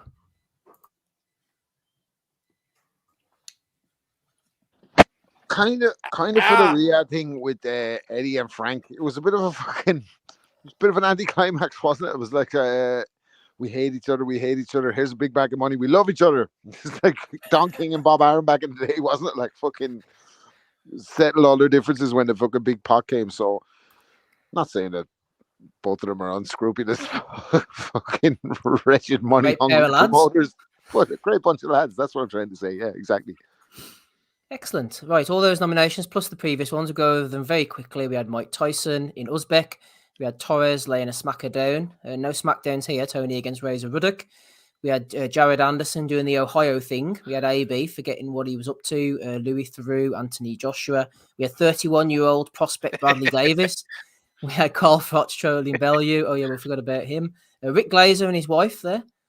We had Conor Ben. I thought that was Sunita. Anisa Mihailovic. Oh dear. See this right here, by the way, this motherfucker. Hey, come on. See next time you see him, by the way, you tell Andy Patterson wants to know why he thinks he's put himself on that. He'll tell you to go jump off the Brooklyn Bridge. What's it got to do with him, by the way? What the fuck's he doing on there? That's his exact point. But then Andy Gomez from the Addams family, any Rick Glazer. Look, go back to that picture. Hang on. Oh God, let me see. There we go. Look at his horns, by the way. Look at the horns. There. Look at him. You can tell. You can tell. Glazer, see his fingers, by the way. He's actually got arthritis to the fingers. Do you see it? Mm-hmm. Yeah, he's been working in the damp for too long. That's what's been happening. I wasn't expecting us to end up here. Wait a minute, those are fake hands. Rick Glazer, arthritic diagnosis. Here, Andy, you said though to Ames to confront Eddie, but you know what's going to happen, don't you? If that happens, You really want to go around and start researching my interviews from 5 years ago, which I think was longer than that from the Frankie Gavin fight, wasn't it? 4 or 5 years ago. Jesus Christ, get yourself a life. Firstly, oh my God, I found this clip from Hearn 6 years ago. Oh, the forums are going to love this one. Oh, you wait till I tell my mates on the boxing nutters messenger group. Oh, I'm going to be the king. Fuck's sake, get a life. fuck's sake, man. Get a life, Get a Ames. life for yourself. So Ames, ask him Being that right question, all mate. along. And then Eddie's going to ask Ames for his CV again. So Ames is going to have to tell him about his CV. See him over there. Yeah, that bitter bastard. Ames was one of the fucking. Speaking of Mike Tyson, Ames was like a prime underage Mike Tyson, wasn't he? Like gunning for the heavyweight title. He got hurt and he just rattled him with combinations to the body, didn't he? He was like, "Oh, take this." He was the rush to take the throne. Ames was telling him his defense Eddie was set it impregnable. Oh dear. Right. Ames, What else? next have we time got? you do an interview with Eddie Hearn, you should tell him that you don't normally do interviews with promoters unless you fornicate with them. You really want to fucking get on the map. Oh, don't say that to him. Right, we've got Frank keeping us clean with the bottles of sanitizer. We've got MD Andy. We have IFL. Oh, that was Ring Magazine, wasn't it? With Suleiman. We had Isaac Warrior Low, CBD, and the girl in Egypt realising that boxing wasn't quite for her. Matty, who are you going for this week? Episode 549. Man, that's a tough one. I think I got to go for Hijab Down. Oh, Hijab down there. This is Nada Mohammed. She's got one vote. Who are you going for, Andy? Jared Anderson, mate. That's a hat trick. Pissed, weeded up, and a handgun. Plus, don't want to cast because he's a black man, but he gets stopped with the cops.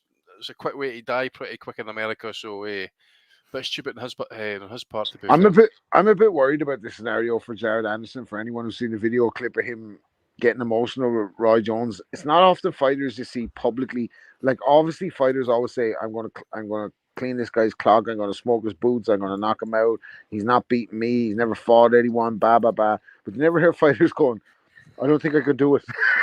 Roy Jones is like, "God's put you in this position." You're like, "Shit, man. I don't know, man. He's fragile." I wouldn't like to be the cop pulling him over at a traffic stop, by the way, if he's that emotional with a load of gun. I'm just like, "Hey, listen, drive on, man. Safe home." So who are you going for then, Rob? One for Anderson, one for Naba Mohammed. I think it has to be Mauricio Sullivan. Like the neck, as Conor McGregor's sister would say, the neck of this guy. Like, who the fuck?